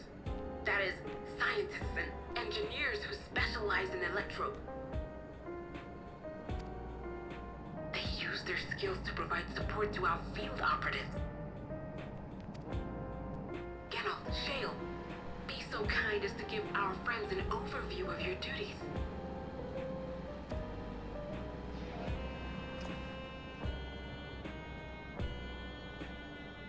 Well, there's provisioning. Gotta have supplies to fight a good fight, ain't ya?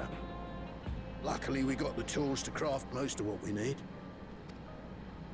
Gathering intelligence is another vital aspect of our work. Everkeep's core system is a veritable treasure trove of information.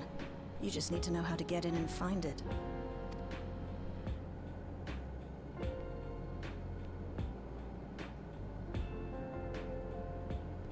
We also handle surveillance and communications, watching the enemy's movements and coordinating our own, that sort of thing.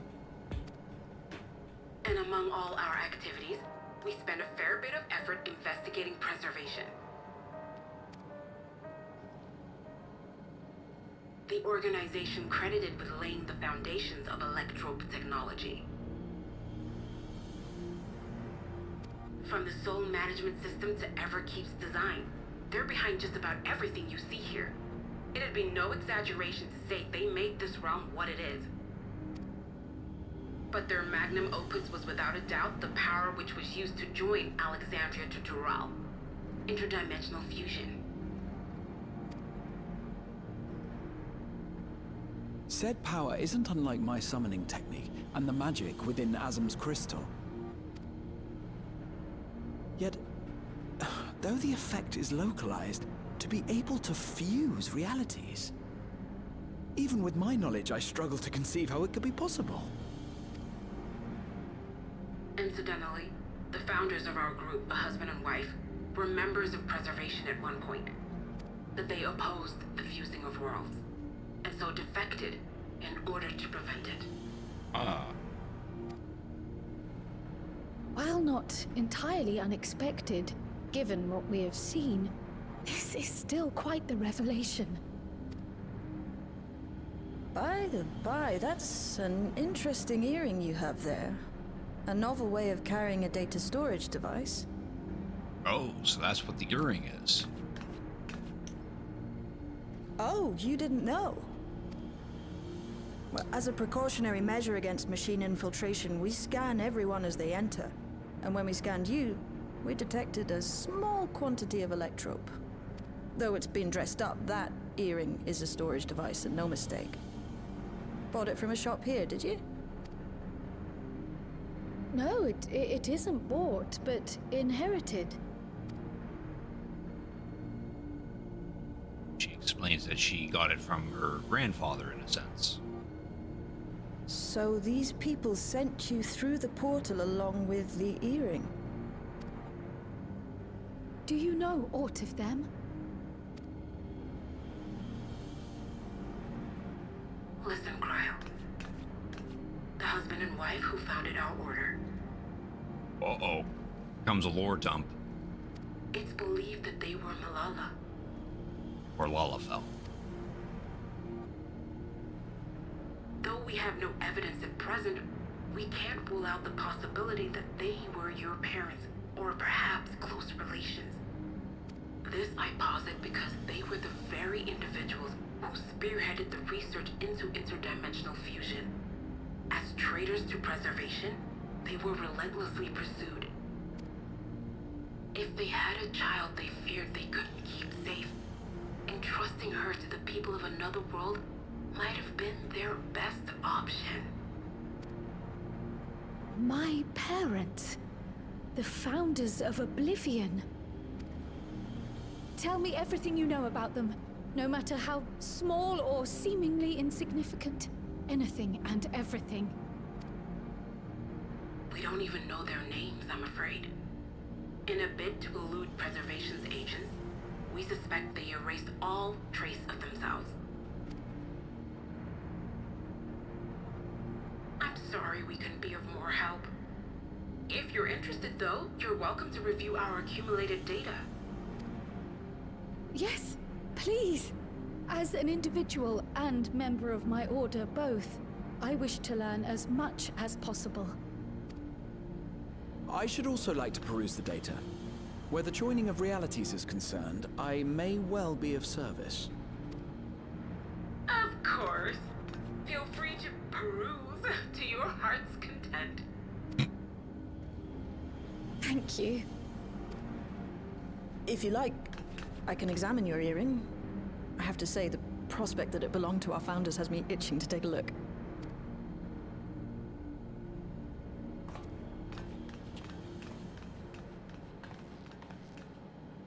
I dare say we have enough eyes to pore over your records.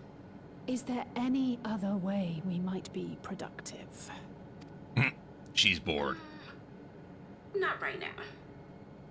We're still waiting for Zoralja to make the next move. In that case, Alice, would you mind accompanying me? Gladly. Oh, I've buggered it up again! Never a moment's peace. Pay him no mind. I don't.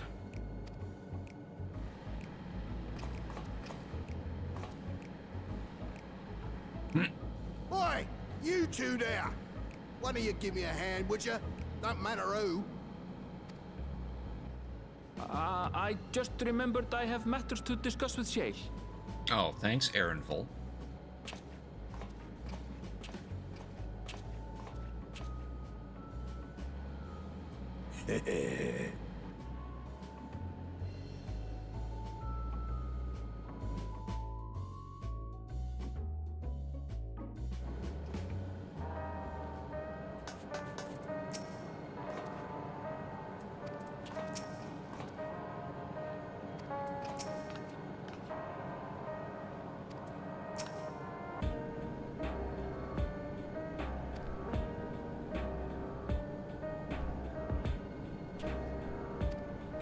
Yeah, that's because he bears a striking resemblance to a similar NPC.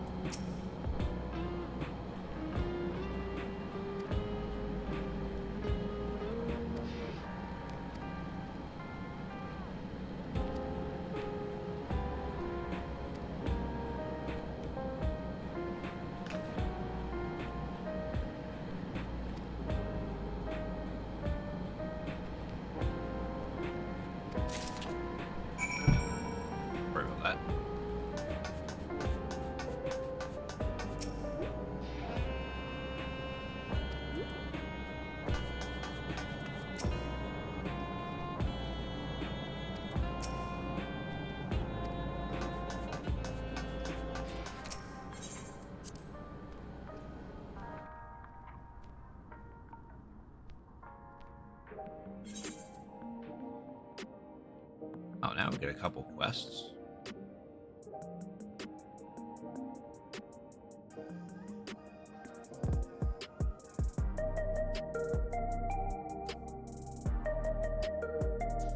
They unlock anything, they might have some gear.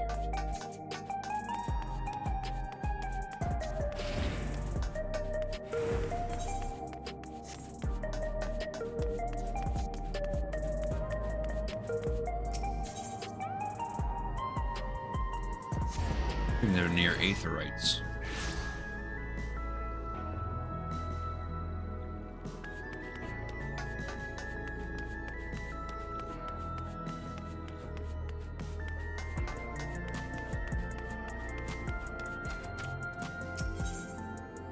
That gives out nothing, so don't worry about it.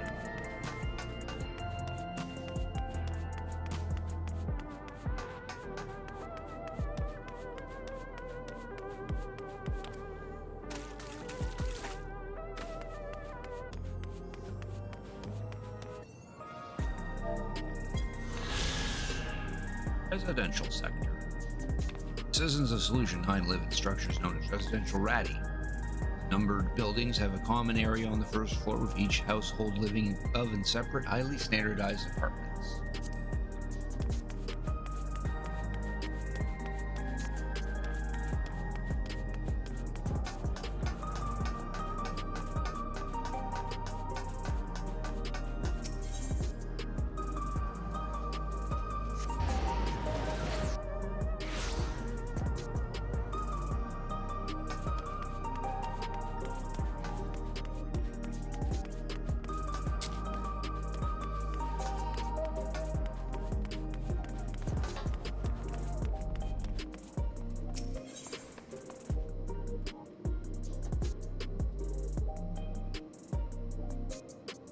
That just gives it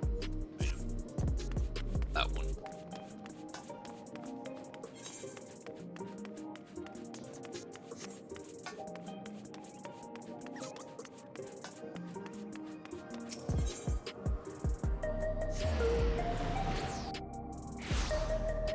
Here's about what night. Also, thanks for Cricket tuning in. I appreciate it. How you doing tonight?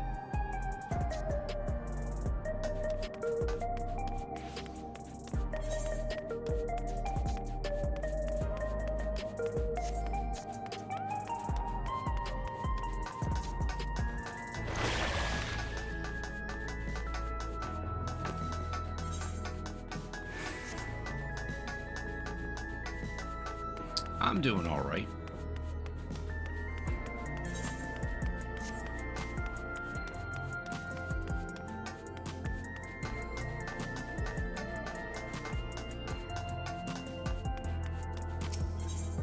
Okay, let's give any. Right, so these quests aren't worth doing.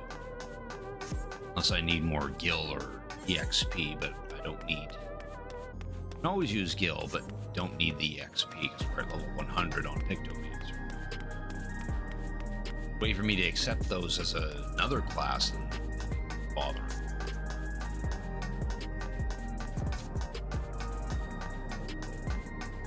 I suppose if I did change class. Yeah, then they can be done again. Yeah.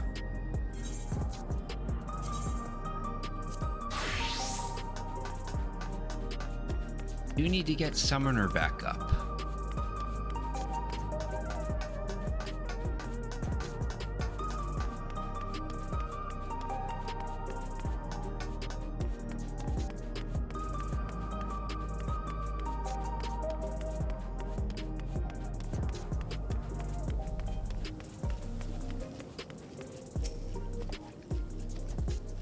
I'm having what these vouchers are for.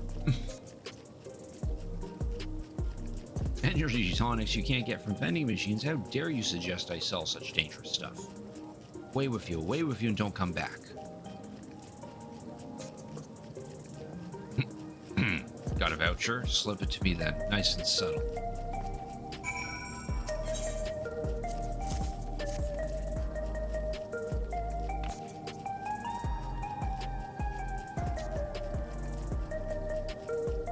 Ah, so you're collecting for Genold. Can for him and a can for you, eh?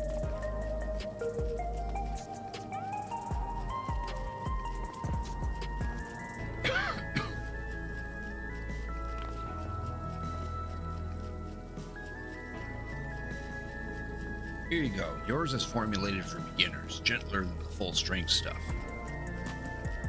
Not contraband or anything, so you won't run afoul of the authorities, but Rodina Consortum was made aware of my special selection to be bad for business. Now, seeing that's your first time, I want you to drink your tonic here, just in case there are side effects.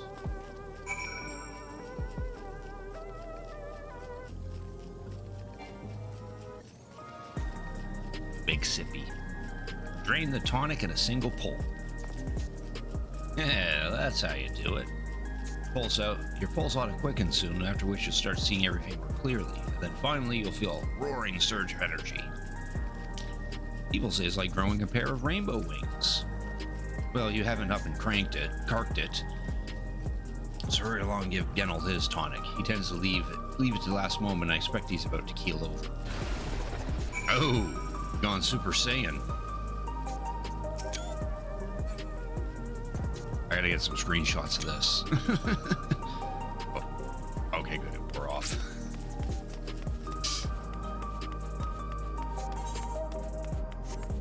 Now, we were suddenly like super dwarf.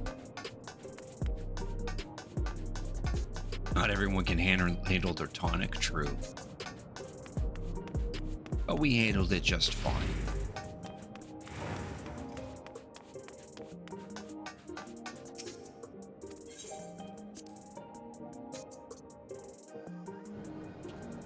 Rainbow colors you can't snow. Okay.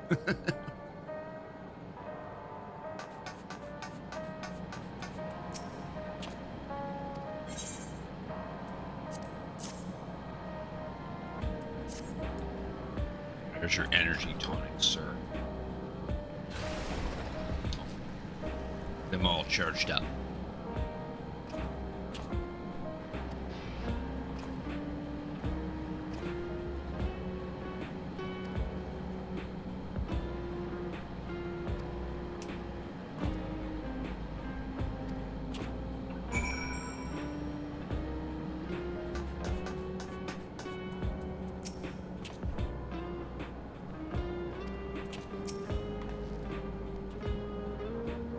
Just mirror their rainbows in your eyes.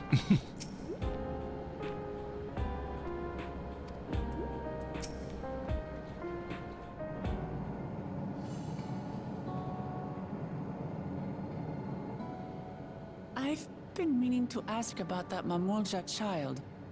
Could he be... Yes. In all likelihood, he's Zoralja's son. Oh, Zoralja has a son.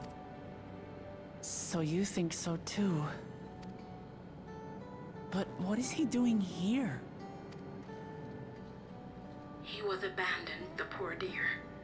We found him in the drift downs a few years ago. Oh. To think he'd cast aside his child.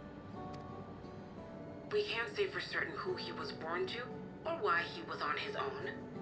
But he's a blue-scaled Hubigo, and Zoralja is the only other one around.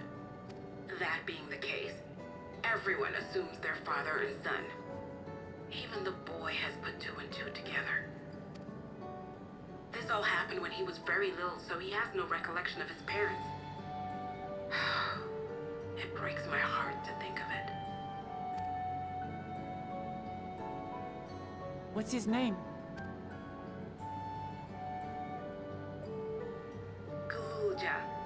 Luja. Named after the dad. It was my hope that he'd grow up to be a man of principle, like his grandfather. It's a fine name.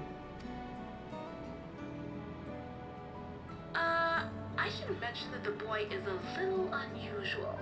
Yeah, we kind of figured that already. At first, I intended to raise him as my own. But just when I thought he was warming to me, he suddenly disappeared. We searched high and low for several days. And where should he turn up? But in the wilds near Everkeep. What? It's a miracle he didn't fall prey to fiends. See? That's another unusual thing. Creatures don't seem to attack him. He could pick his way through the Thunder Yards as if he were on a stroll. On making inquiries, we learned that he had been living alone and receiving food from the people of the outskirts. Or it's always Night Warrior's fault. This became Sometimes. something of a pattern. We track him down and bring him back, only for him to disappear again within a matter of days. He would return to the wilds without fail, and once again rely on the kindness of strangers to survive. Finally, I took the hint and left him be, giving him the solitude he prefers, and lending a hand only when he explicitly asks. If Gululja is Zorolja's child, that makes him my nephew. Assuming he's willing, I'd be glad to take him in like Papa did for me. But seeing as I'm here to kill his father, I don't know if it would be right. Oh. Who's listening in on the whole thing?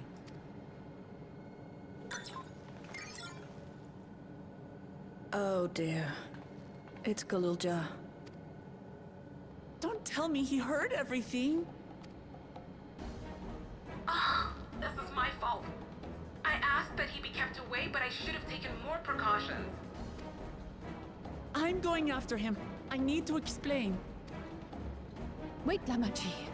I understand your haste, but it'd be best to coordinate a search. Kapkiwa, do you have any idea where he might go? There's no telling, I'm afraid. He could as easily be outside the tower as here in Solution 9. If those who can fight would search below, my mother and I will scour the district. Sounds like a plan. Let's get to it.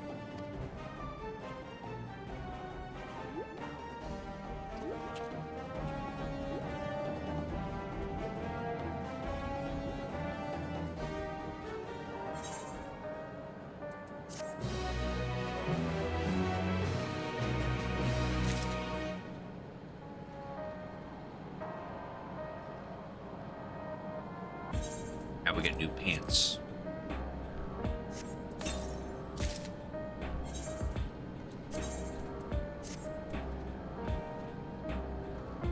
Can't really see him very well through the dwarf cloak.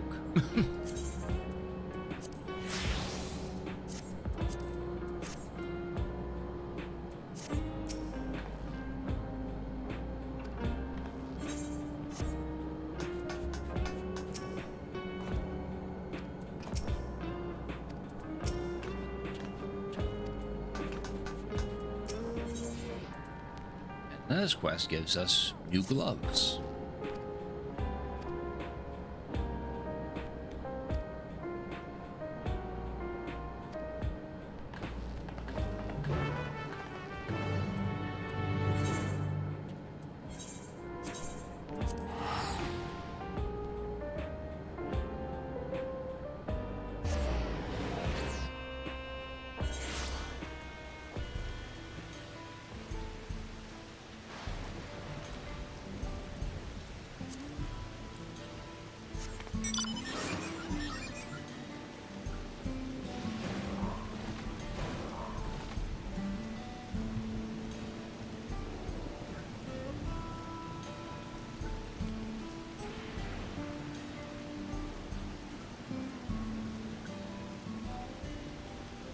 I think they should have made this motorcycle a little bigger.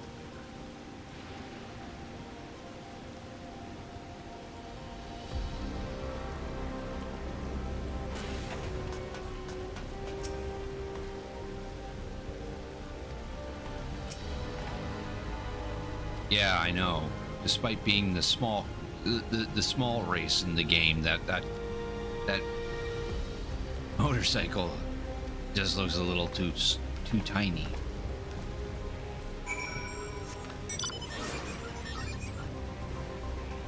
Clothing doesn't help too. Maybe if I switch my clothes a little bit. Oh, I can't. I have to go near an Aetherite to do that. I think, no, the game needs to actually size the motorcycle more appropriately.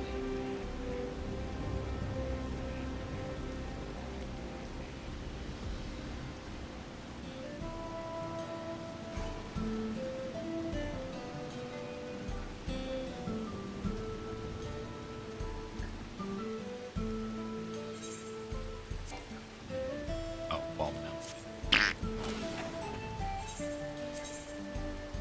Change to something a little more. Yeah, I'll just change my fancy gear.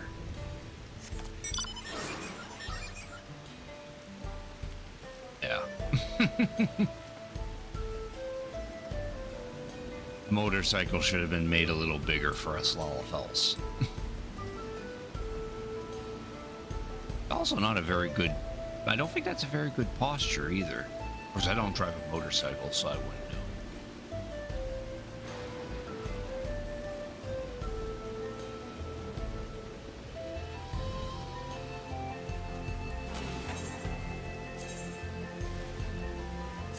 It's silly.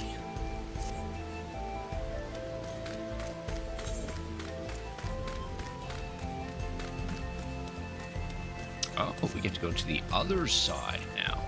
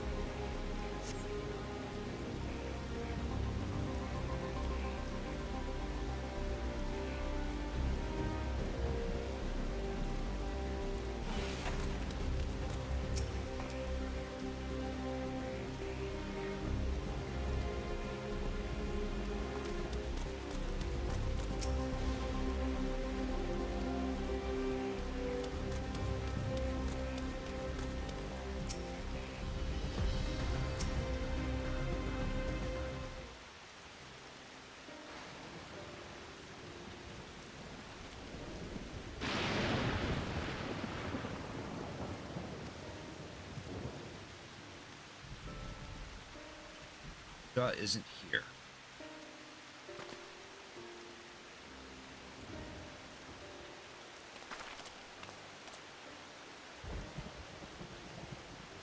The boy, have you seen him?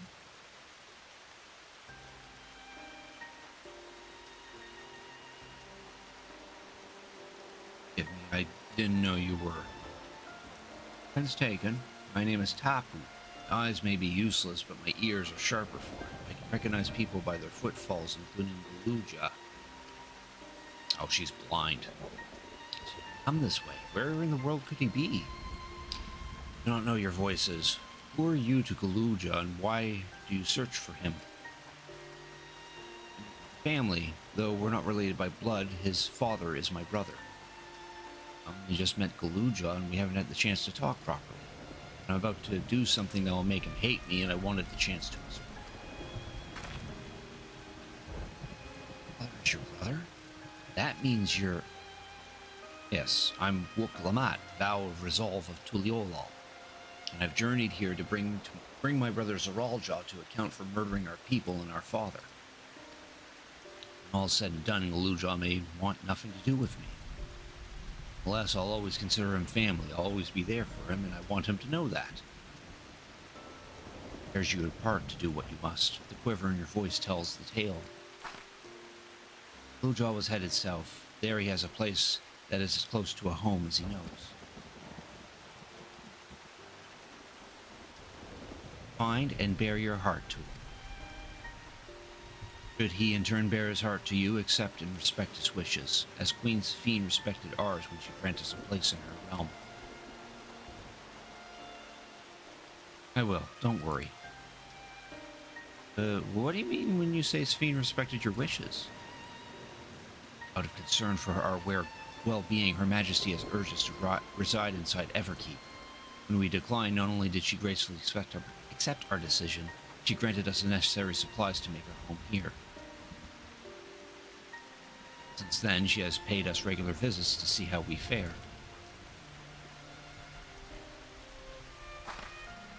Sounds like Sphene, all right.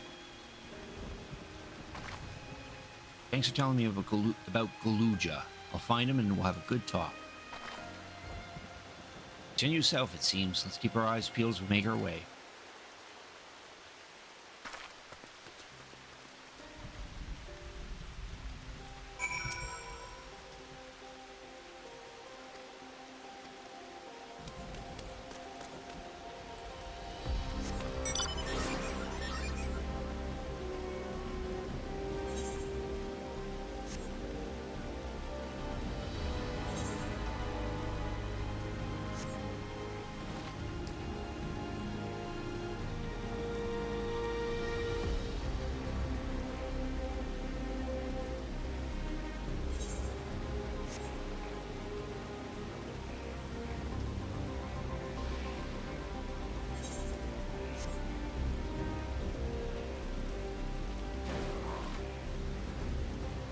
Oh. Oh, that looks ominous.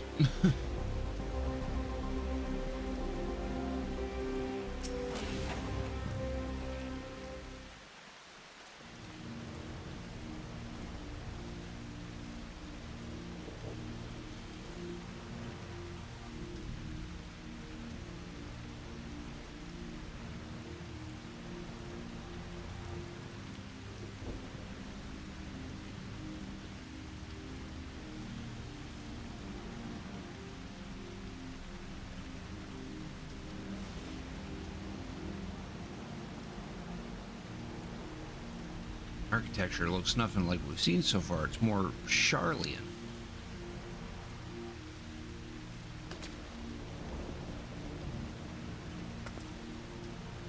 Ah, there he is, among the ruins. They caught a glimpse. There's no mistake in that tiny silhouette. Hurry after him, but it'd be disaster if our building collapsed while he's inside.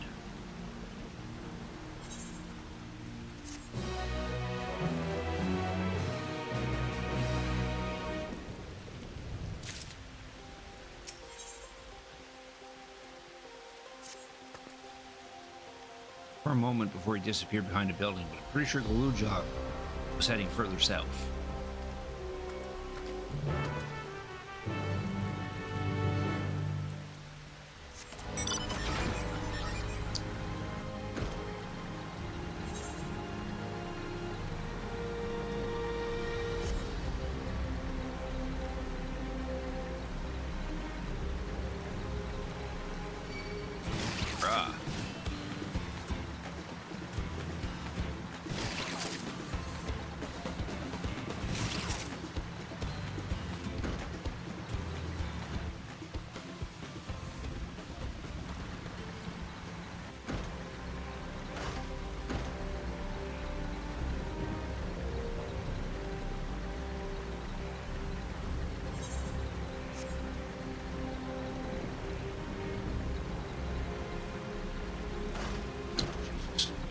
Big town.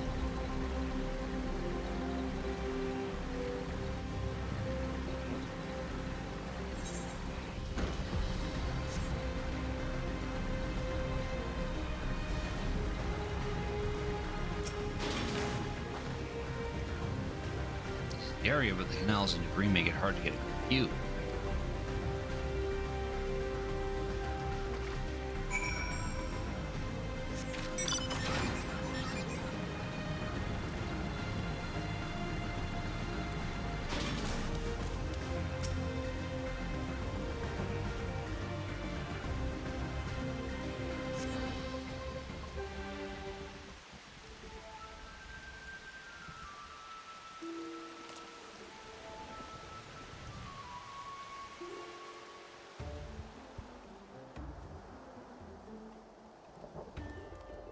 Oh, there he is.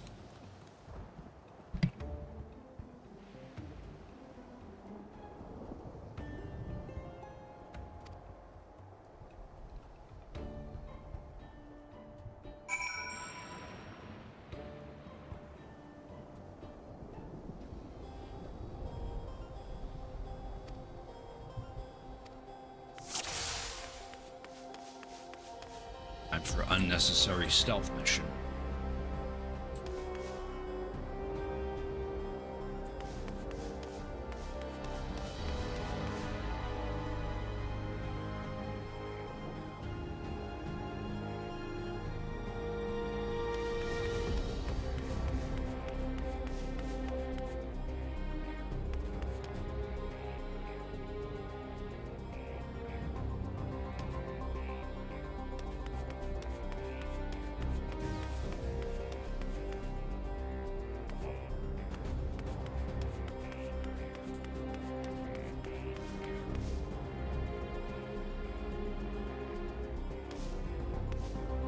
Turn it around.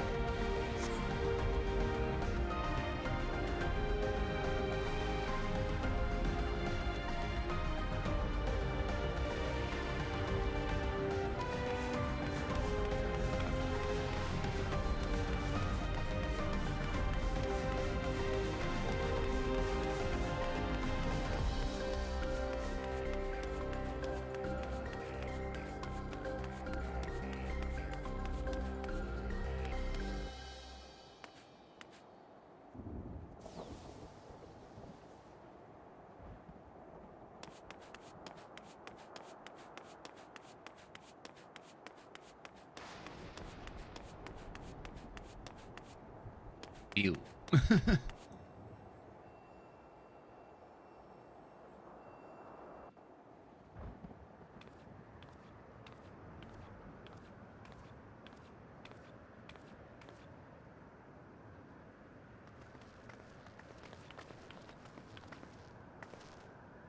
He's come a long way on such short legs. It's a relief he didn't get hurt.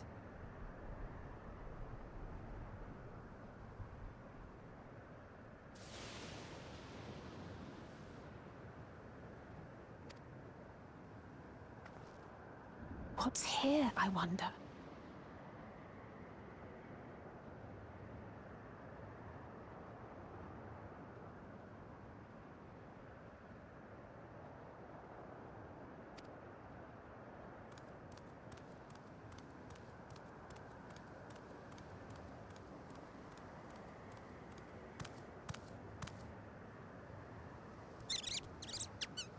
Oh, some nutkins. So he's looking after those little ones.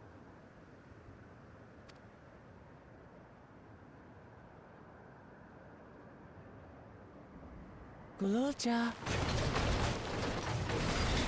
Not another step! Oh. What? A sentry?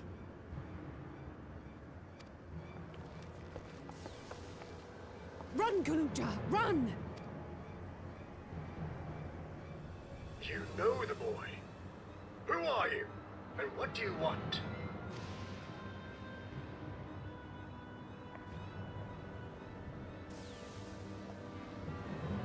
My name is Wuklamat, and I've come to talk to Gululja. Is that so? I'm sorry if I scared you.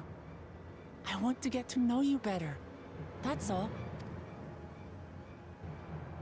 And you, my boy, do you wish to speak with them?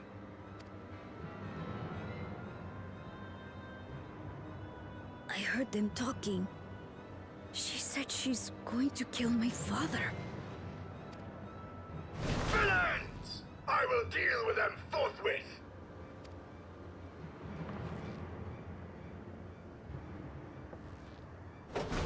But...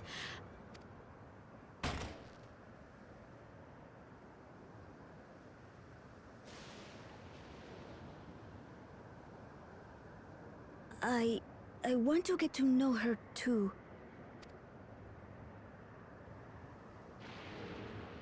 I see. If that is your desire, then I shall stand aside. All right then. Let's talk, you and I. Lots.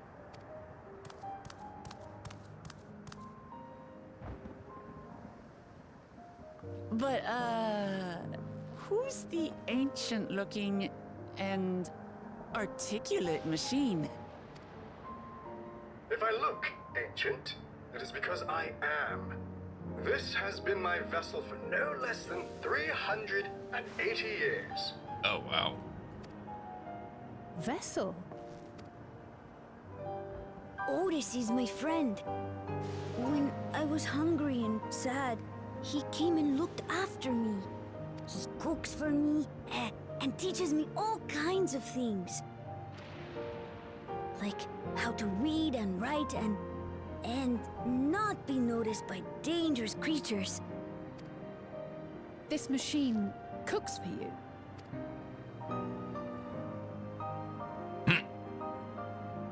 Yeah, and? And teaches you about fiends. What is he exactly? Ah! How remiss of me. I have neglected to introduce myself. Sir Otis Valona, Lord Captain of the Royal Knights of Alexandria. At your service.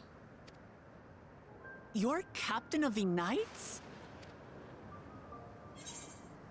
You've been functioning for nearly 400 years. You seem different from the other machines. What's your story?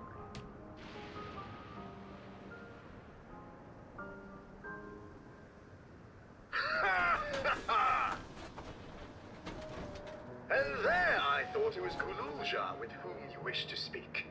Not that I'm averse to taking a walk down memory lane. But ere I regale you, we must take our repast. A meal. Here. I hate to turn down food, but I'd prefer to have this conversation in the back room.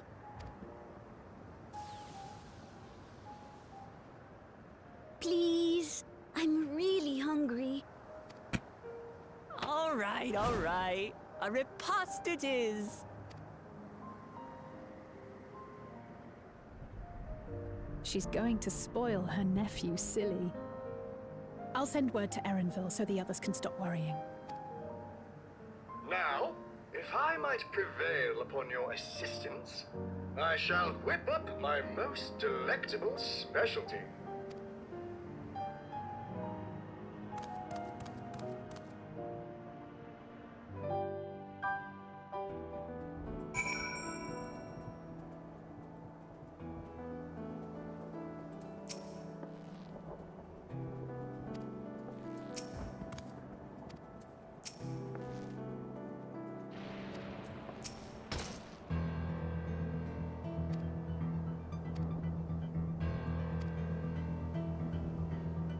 Ham and pumpkin. People at outskirts should be willing to share their harvest if you Luja could go speak with them.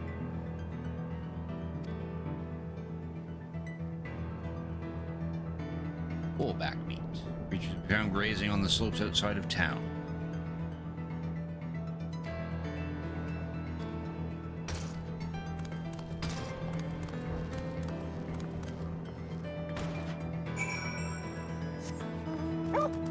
Let's eat up some creatures.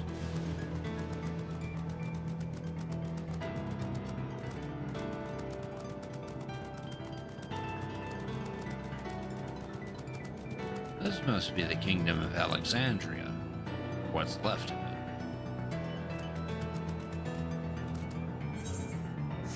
What part of it isn't futuristic?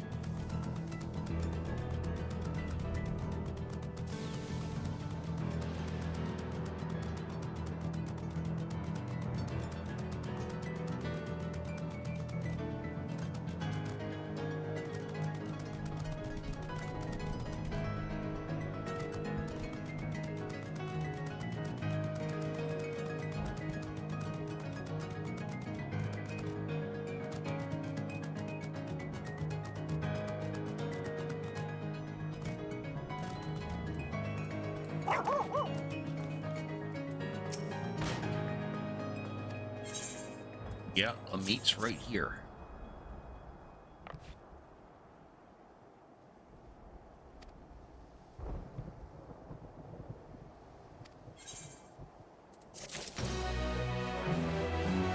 Shoes.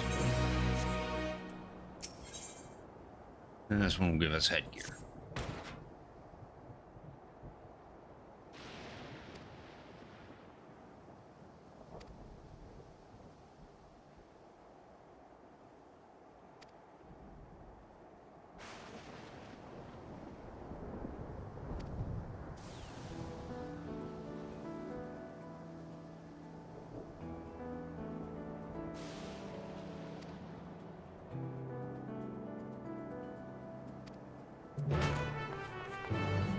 Find pieces of discarded electrope and pray one of them has the ability to turn lightning into fire.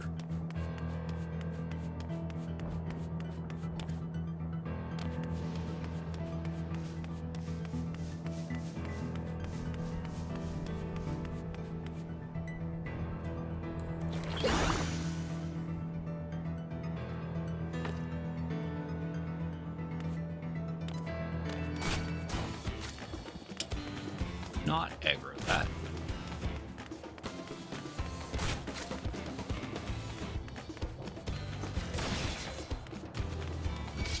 Damn it. Have to beat you guys up, I guess.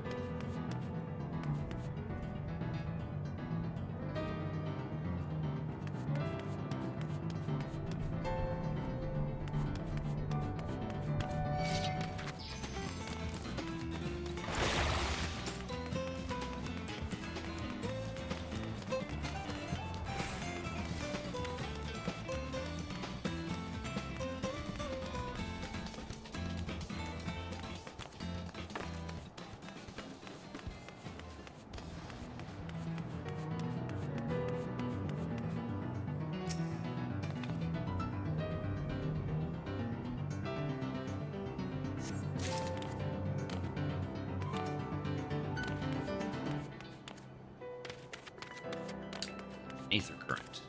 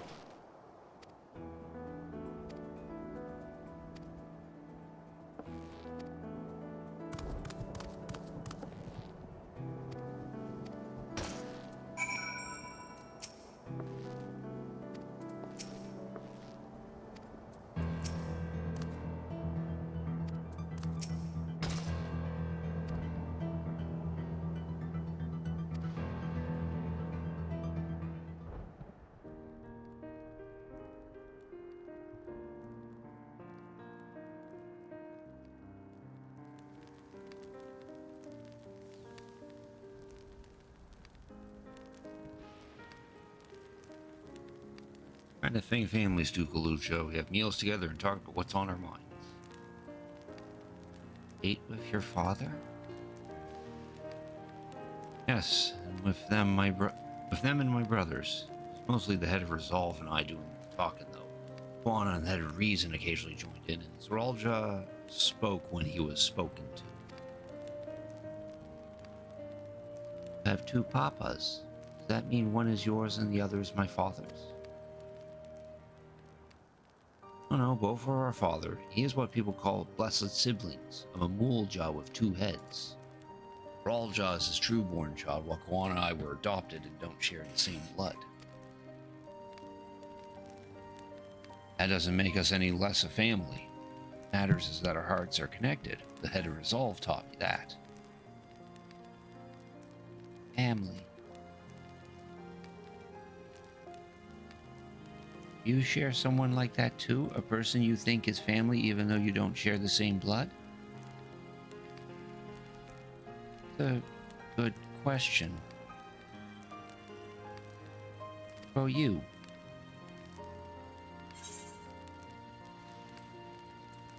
I'm something of a lone wolf.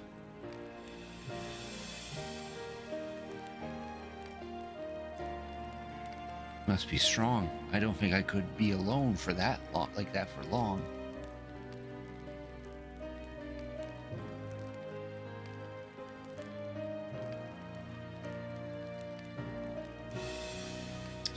I'm hoping we could be family, you and I. Won't you tell me about yourself? Really want to know about me? I want to know all about you. The things you love, things you hate, anything and everything. I want to know all about you too.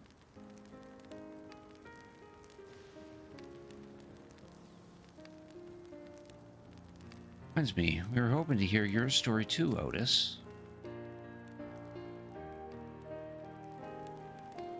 as you wish, but be forewarned that mine is a tale that it will be long in recounting. Before lightning had altered the world, that I was appointed Lord Captain of the Royal Knights. Talking hundreds of years prior to the calamity, right? Indeed, earlier than still then when I was assumed this mechanical form, 454 years ago to be precise. Then you used to be a normal person? Oh yes, I was once flesh and blood like you, and I proudly served as a Knight of Alexandria.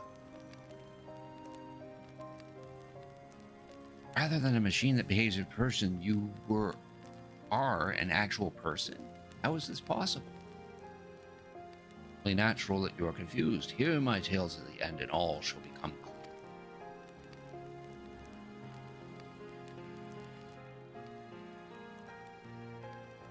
Foremost duty of the Royal Knights was the protection of the royal family. My time, that was their Majesties the King and Queen and their only child, Her Highness the Princess. By then, every nation of our star was embroiled in some manner of conflict over Electrope. Thus was our kingdom drawn into a war with its neighbor. That war was the catalyst for the great calamity that altered the environment. Countless countrymen lost their lives amid the chaos, the king and queen among them. Blessing, we were able to protect the princess, who then rose to the occasion and brought hope to her people in those trying times. Kind-hearted was our young queen that, at her behest, we even took in refugees from the enemy nation. Sadly, her reign was cut short. Like many others, her body had been ravaged by lightning, and one day she collapsed and passed away. Tragic. Aye. Nary was there a citizen whose eyes remained dry, and many a moon was spent constructing a great tomb worthy of her memory.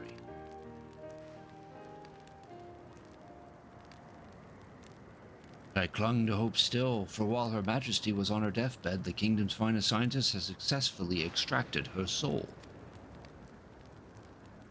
Oh, see where this is headed. Did we hear that right? Extracted her soul? Our flesh may wither and die, but as long as we are remembered, we may live on. This age-old belief had always comforted our people. Casualties mounted in the wake of the calamity, we sought to make it into reality through the power of Electrope. In time, we succeeded in developing the means to preserve the soul, and it was used to spare the Queen eternal death. It wasn't enough to simply prevent the soul's departure. The ultimate goal was to recreate a person as they were in life, and this required that their memories be further extracted from their soul.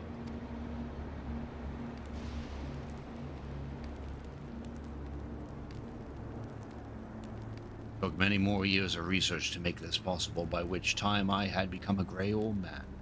My days numbered, I did not hesitate to volunteer myself as a test subject for the procedure. So it was that I attained this vessel. By my successful rebirth, I paved the way for those who are recreated from the memories of the departed. Endless, they are called. If the tale is true, then the queen that your people brought back to life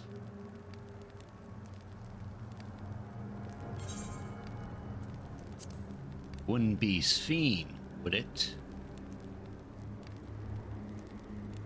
Oh, so you know Her Majesty as well. My description of her boundless kindness must have paled in comparison to what you no doubt felt in her presence. I haven't met her myself, I confess, not since assuming my current form. I want to frighten the living daylights out of her. Ha ha ha ha. That means Sphene isn't even alive. She's just a wandering soul. Robot of some sort. Hence why she does not have a favorite food. Because she doesn't need to eat.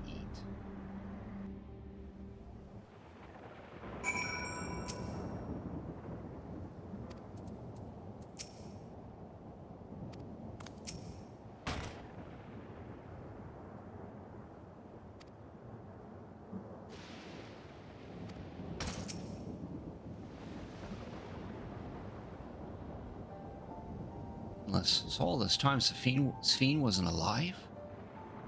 Lives, yet she does not. It is admittedly a difficult distinction to make. Having inherited the memories of a departed soul, Endless feels, thinks, and acts precisely as that person would. In that sense, I believe they are alive. Alexandrians know about this, right? It can't have gone unnoticed that Sphene is perpetually youthful.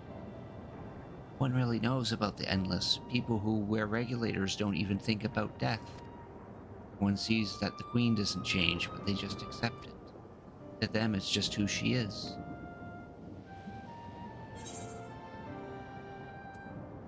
People ever keep Endless too?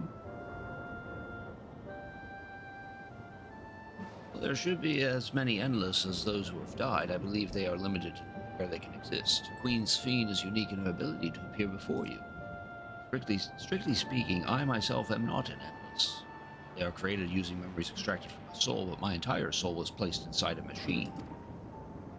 Inside a machine makes you different. How?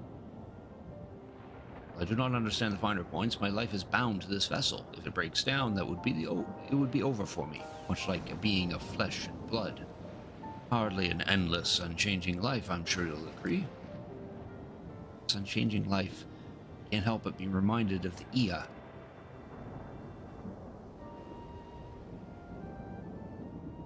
Oucha and the others know all about this? Considering their extensive intelligence gathering, I'd be surprised if they didn't. For now, let's share what we learned with Kral and Raha. I can't help but have misgivings about this.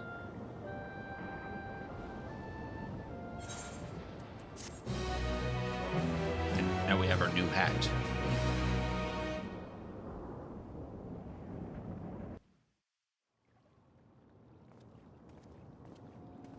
Meanwhile, Erenville is taking a lovely walk.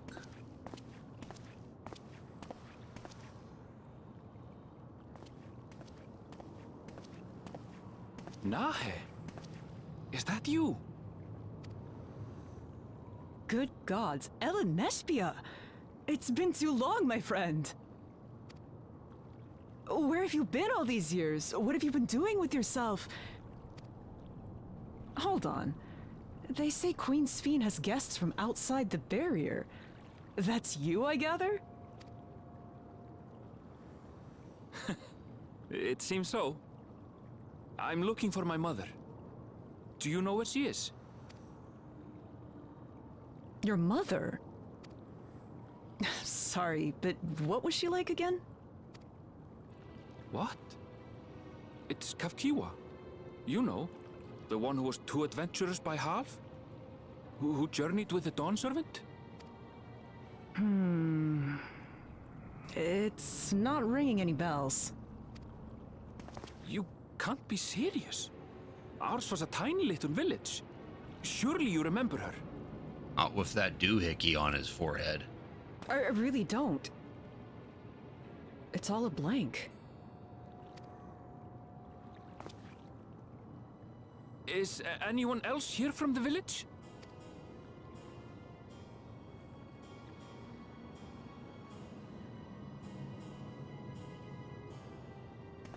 Hey! They'll stirring up trouble.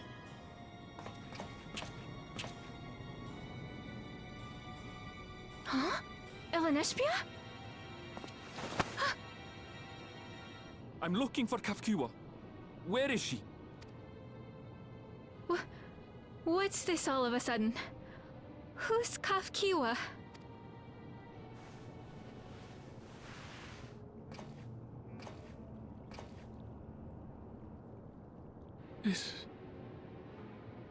This cannot be.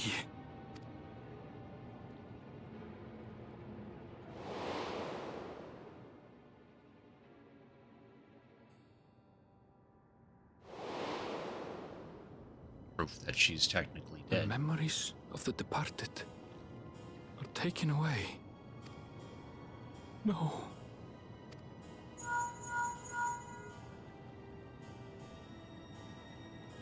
Nespia, where are you? The others will be here soon, so hurry back, won't you? Do you hear me? Say something, would you?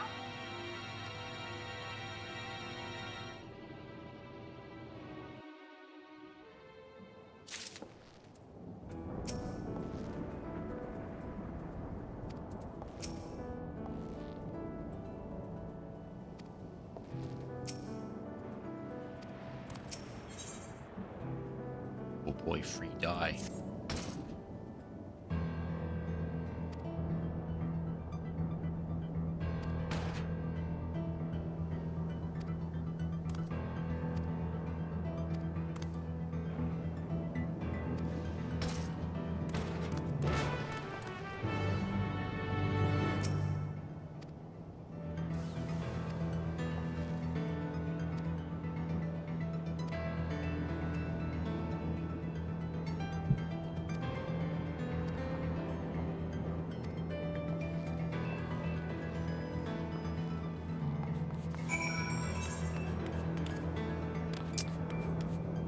Or we head directly in that direction.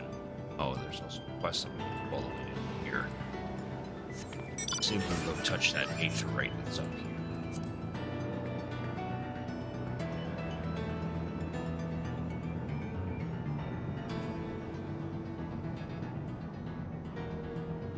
Hunt.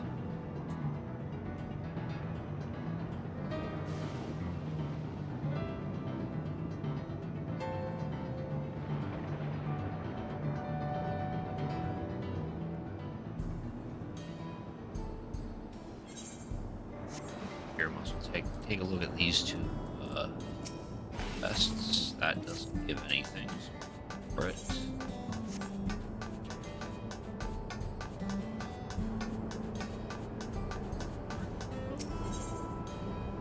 That gives an earring.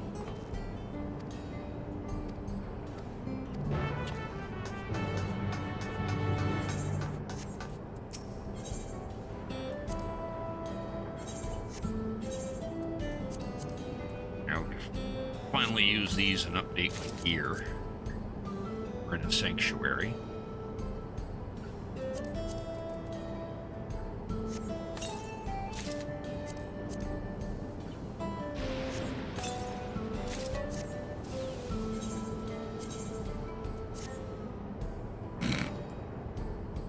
That's a funny contraption.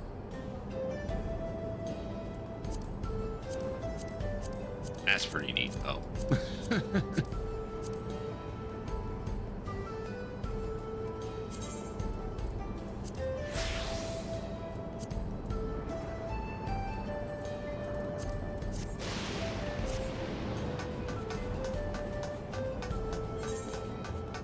Oh, goodness. Too far away.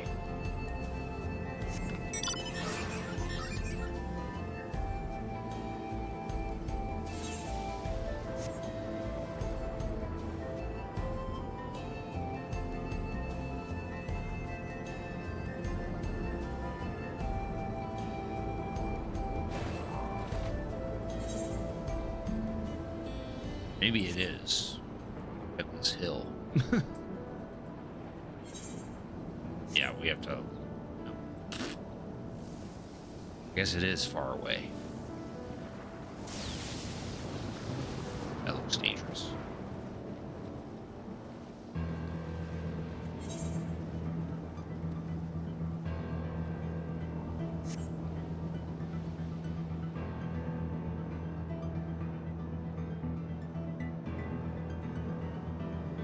Another aether current.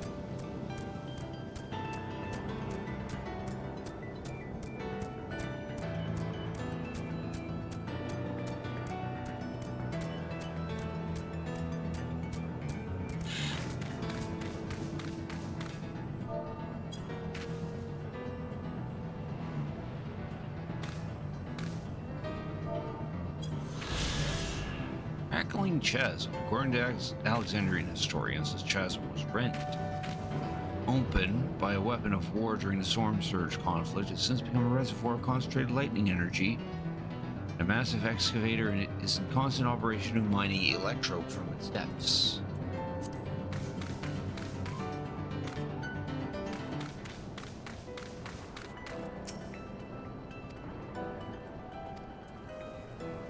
have to poke them.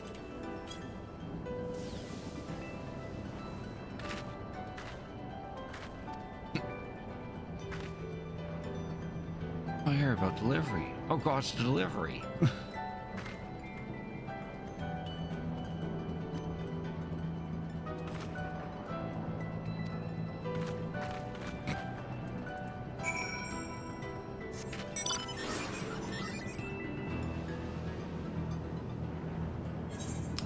All the way out here. I'll go down to this one. This probably unlocks an aether current.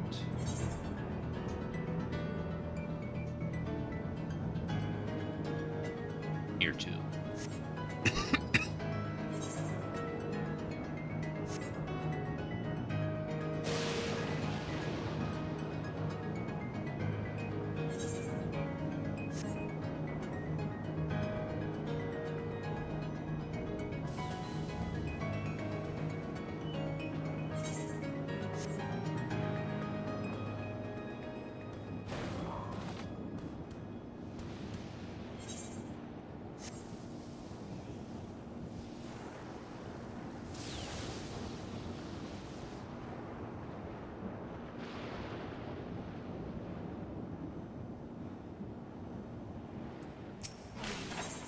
Yep, aether current.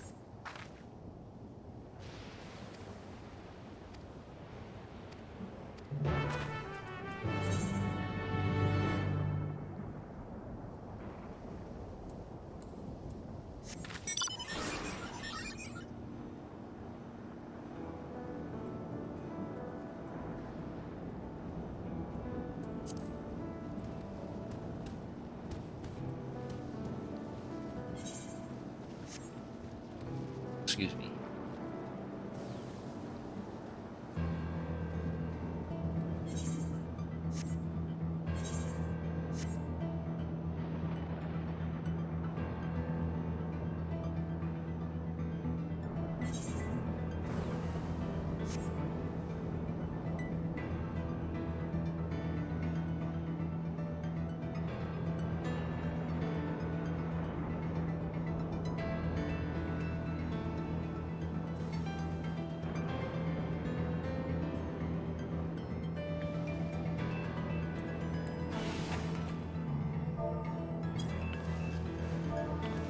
Look out. Name slates. Tucked away in remote control of Usulani, the small cemetery is a relic for now that the wearing of regulators has become commonplace, the culture of digging graves has largely been forgotten, and tombstones carved with the names of the deceased considered an odd and antiquated custom.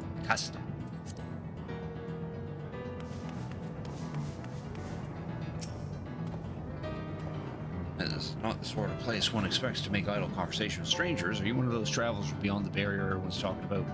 Yes.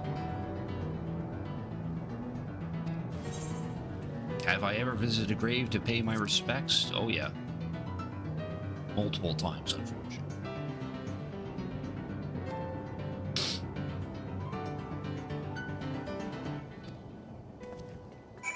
I had to clean up some gravestones.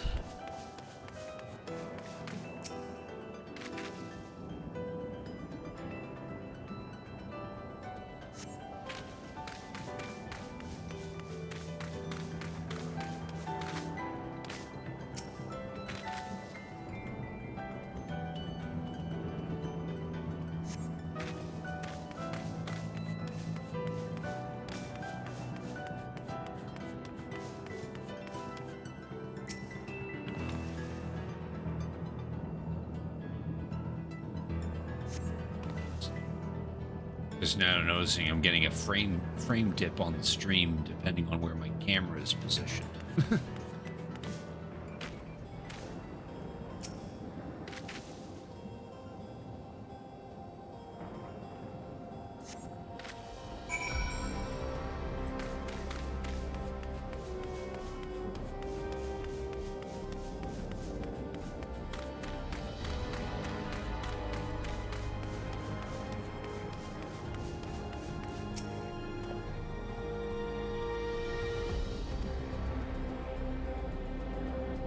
bad the names are all written in Alexandria and I can't make heads or tails of them.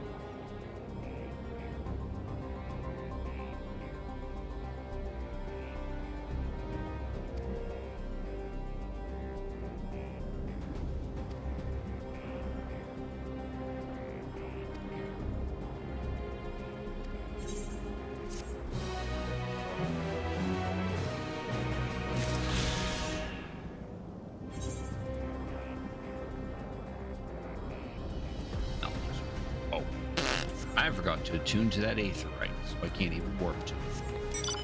That means we have to walk all the way back.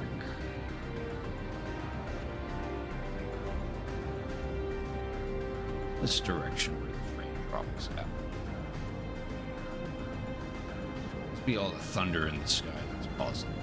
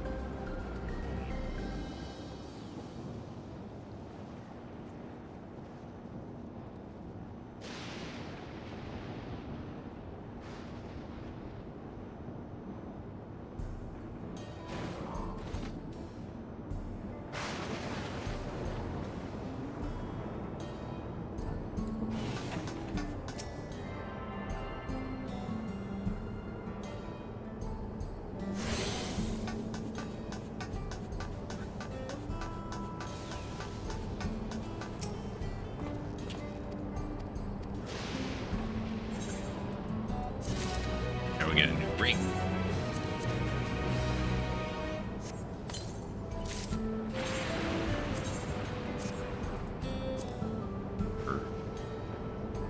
Nope, that's an earring, not a actual ring. Hand ring.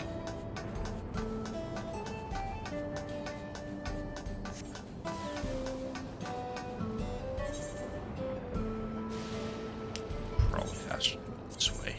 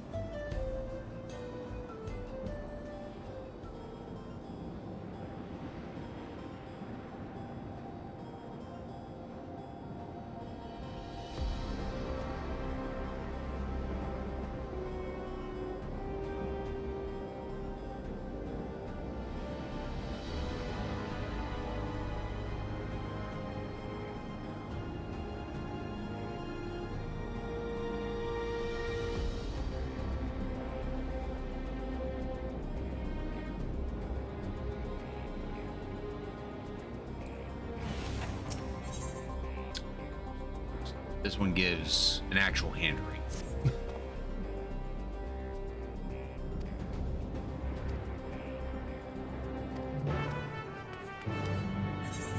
He wants me to go into that mess.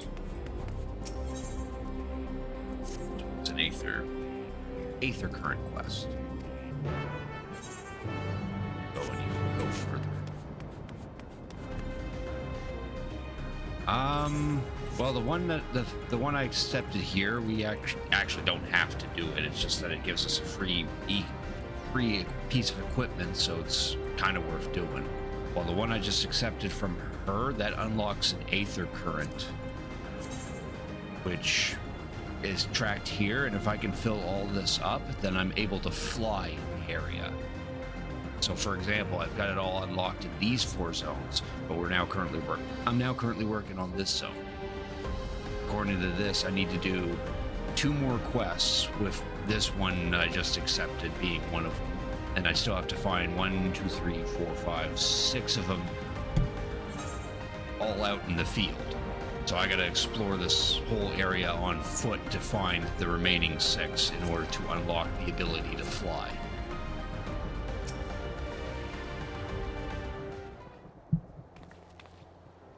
Basically, the general idea with the quests in Final Fantasy XIV, Reno, is that they'll show up as an icon as an exclamation point with like a stylized Q, but if it's yellow, then it's just a regular old quest. But if it's filled in with a blue with a plus symbol on it, it means it unlocks content in the game, and they're the more important ones.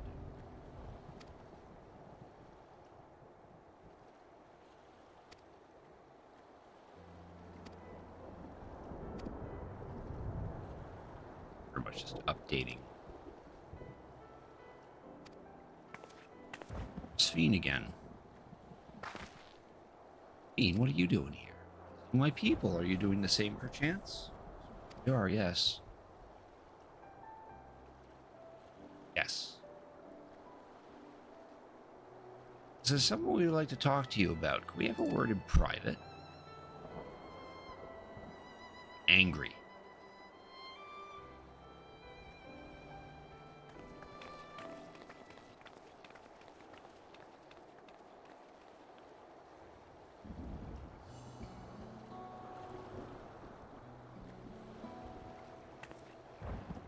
Got on the edge of the cliff.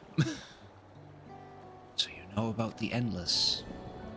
While we may not discuss it openly, my people will have surely noticed that I haven't changed for hundreds of years. I don't attempt to conceal my nature. I ask though, who was it that told you about the Endless? Only a few should be familiar with the concept. I'm afraid I can't say. Bear no ill will towards this mystery individual. Lest that be your concern, I'm merely curious. Tell me, Sphene, you care for your people, that much is plain, and I assume you care for the Endless too. Earlier in Everkeep, there was something that you wanted to tell us. Was it to do with them?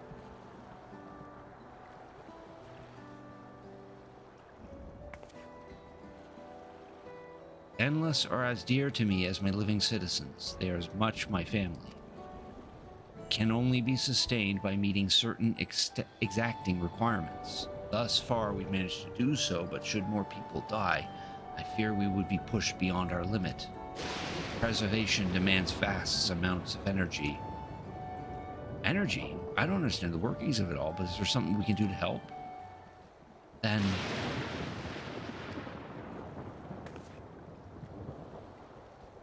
would you be willing to become Alexandrian citizens? I like how her collar and crown lit up.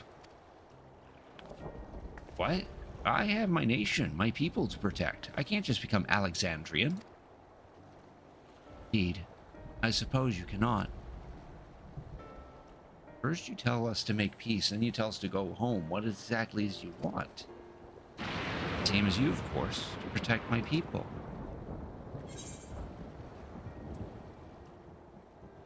Tell us more about the energy the Endless need. Alrighty, Reno, thanks for watching. You have a good night. As soon as this quest wraps up, then I plan on endings soon. I cannot say. I do not ask you understand me or like me, but I wish...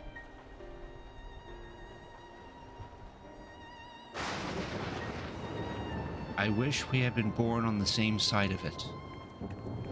And then she runs off.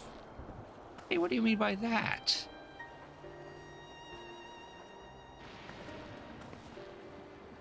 This stinks. Kept everyone waiting long enough. Let's continue on to Everkeep. Don't tell Otis about our conversation with Sphene. I don't want to risk causing him pain.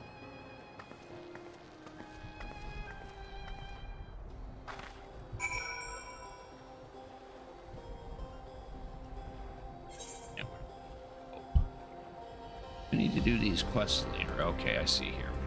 So we will warp to the outskirts. And we'll end the stream at this point because I can't stream for any longer because I unfortunately have to go to bed very soon for work tomorrow. I have to do a funny early shift. Alright, that is going to be the end of the stream for tonight.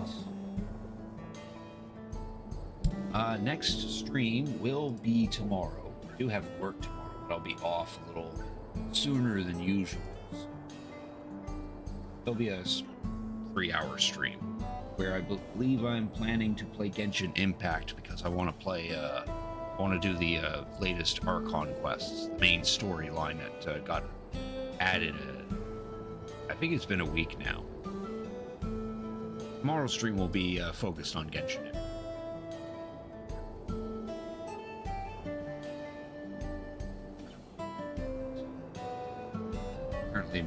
Apparently this, I was viewing the stream somewhere.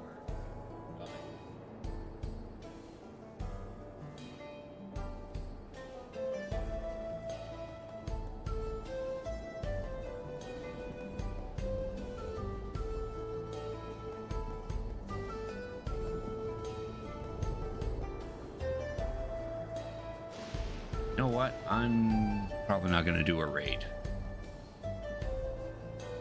Apparently I don't have anyone watching me at this point, so there's no reason to do a raid.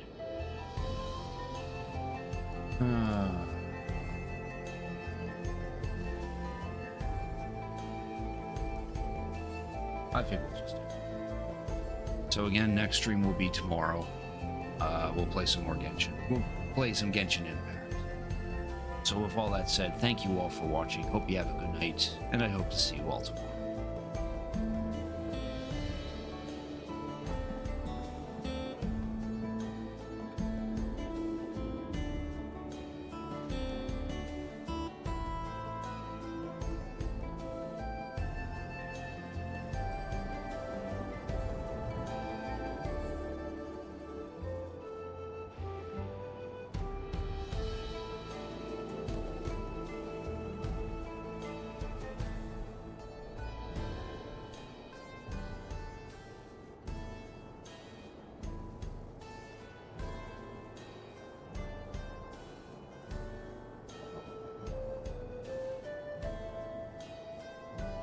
Okay, scratch that. I suddenly saw a spike. We'll raid rare. All I can. Playing that Silent Hill 2 remake, so if you're interested in any scary stuff, feel free to join. Again, next stream will be tomorrow. We'll play some Genshin Impact.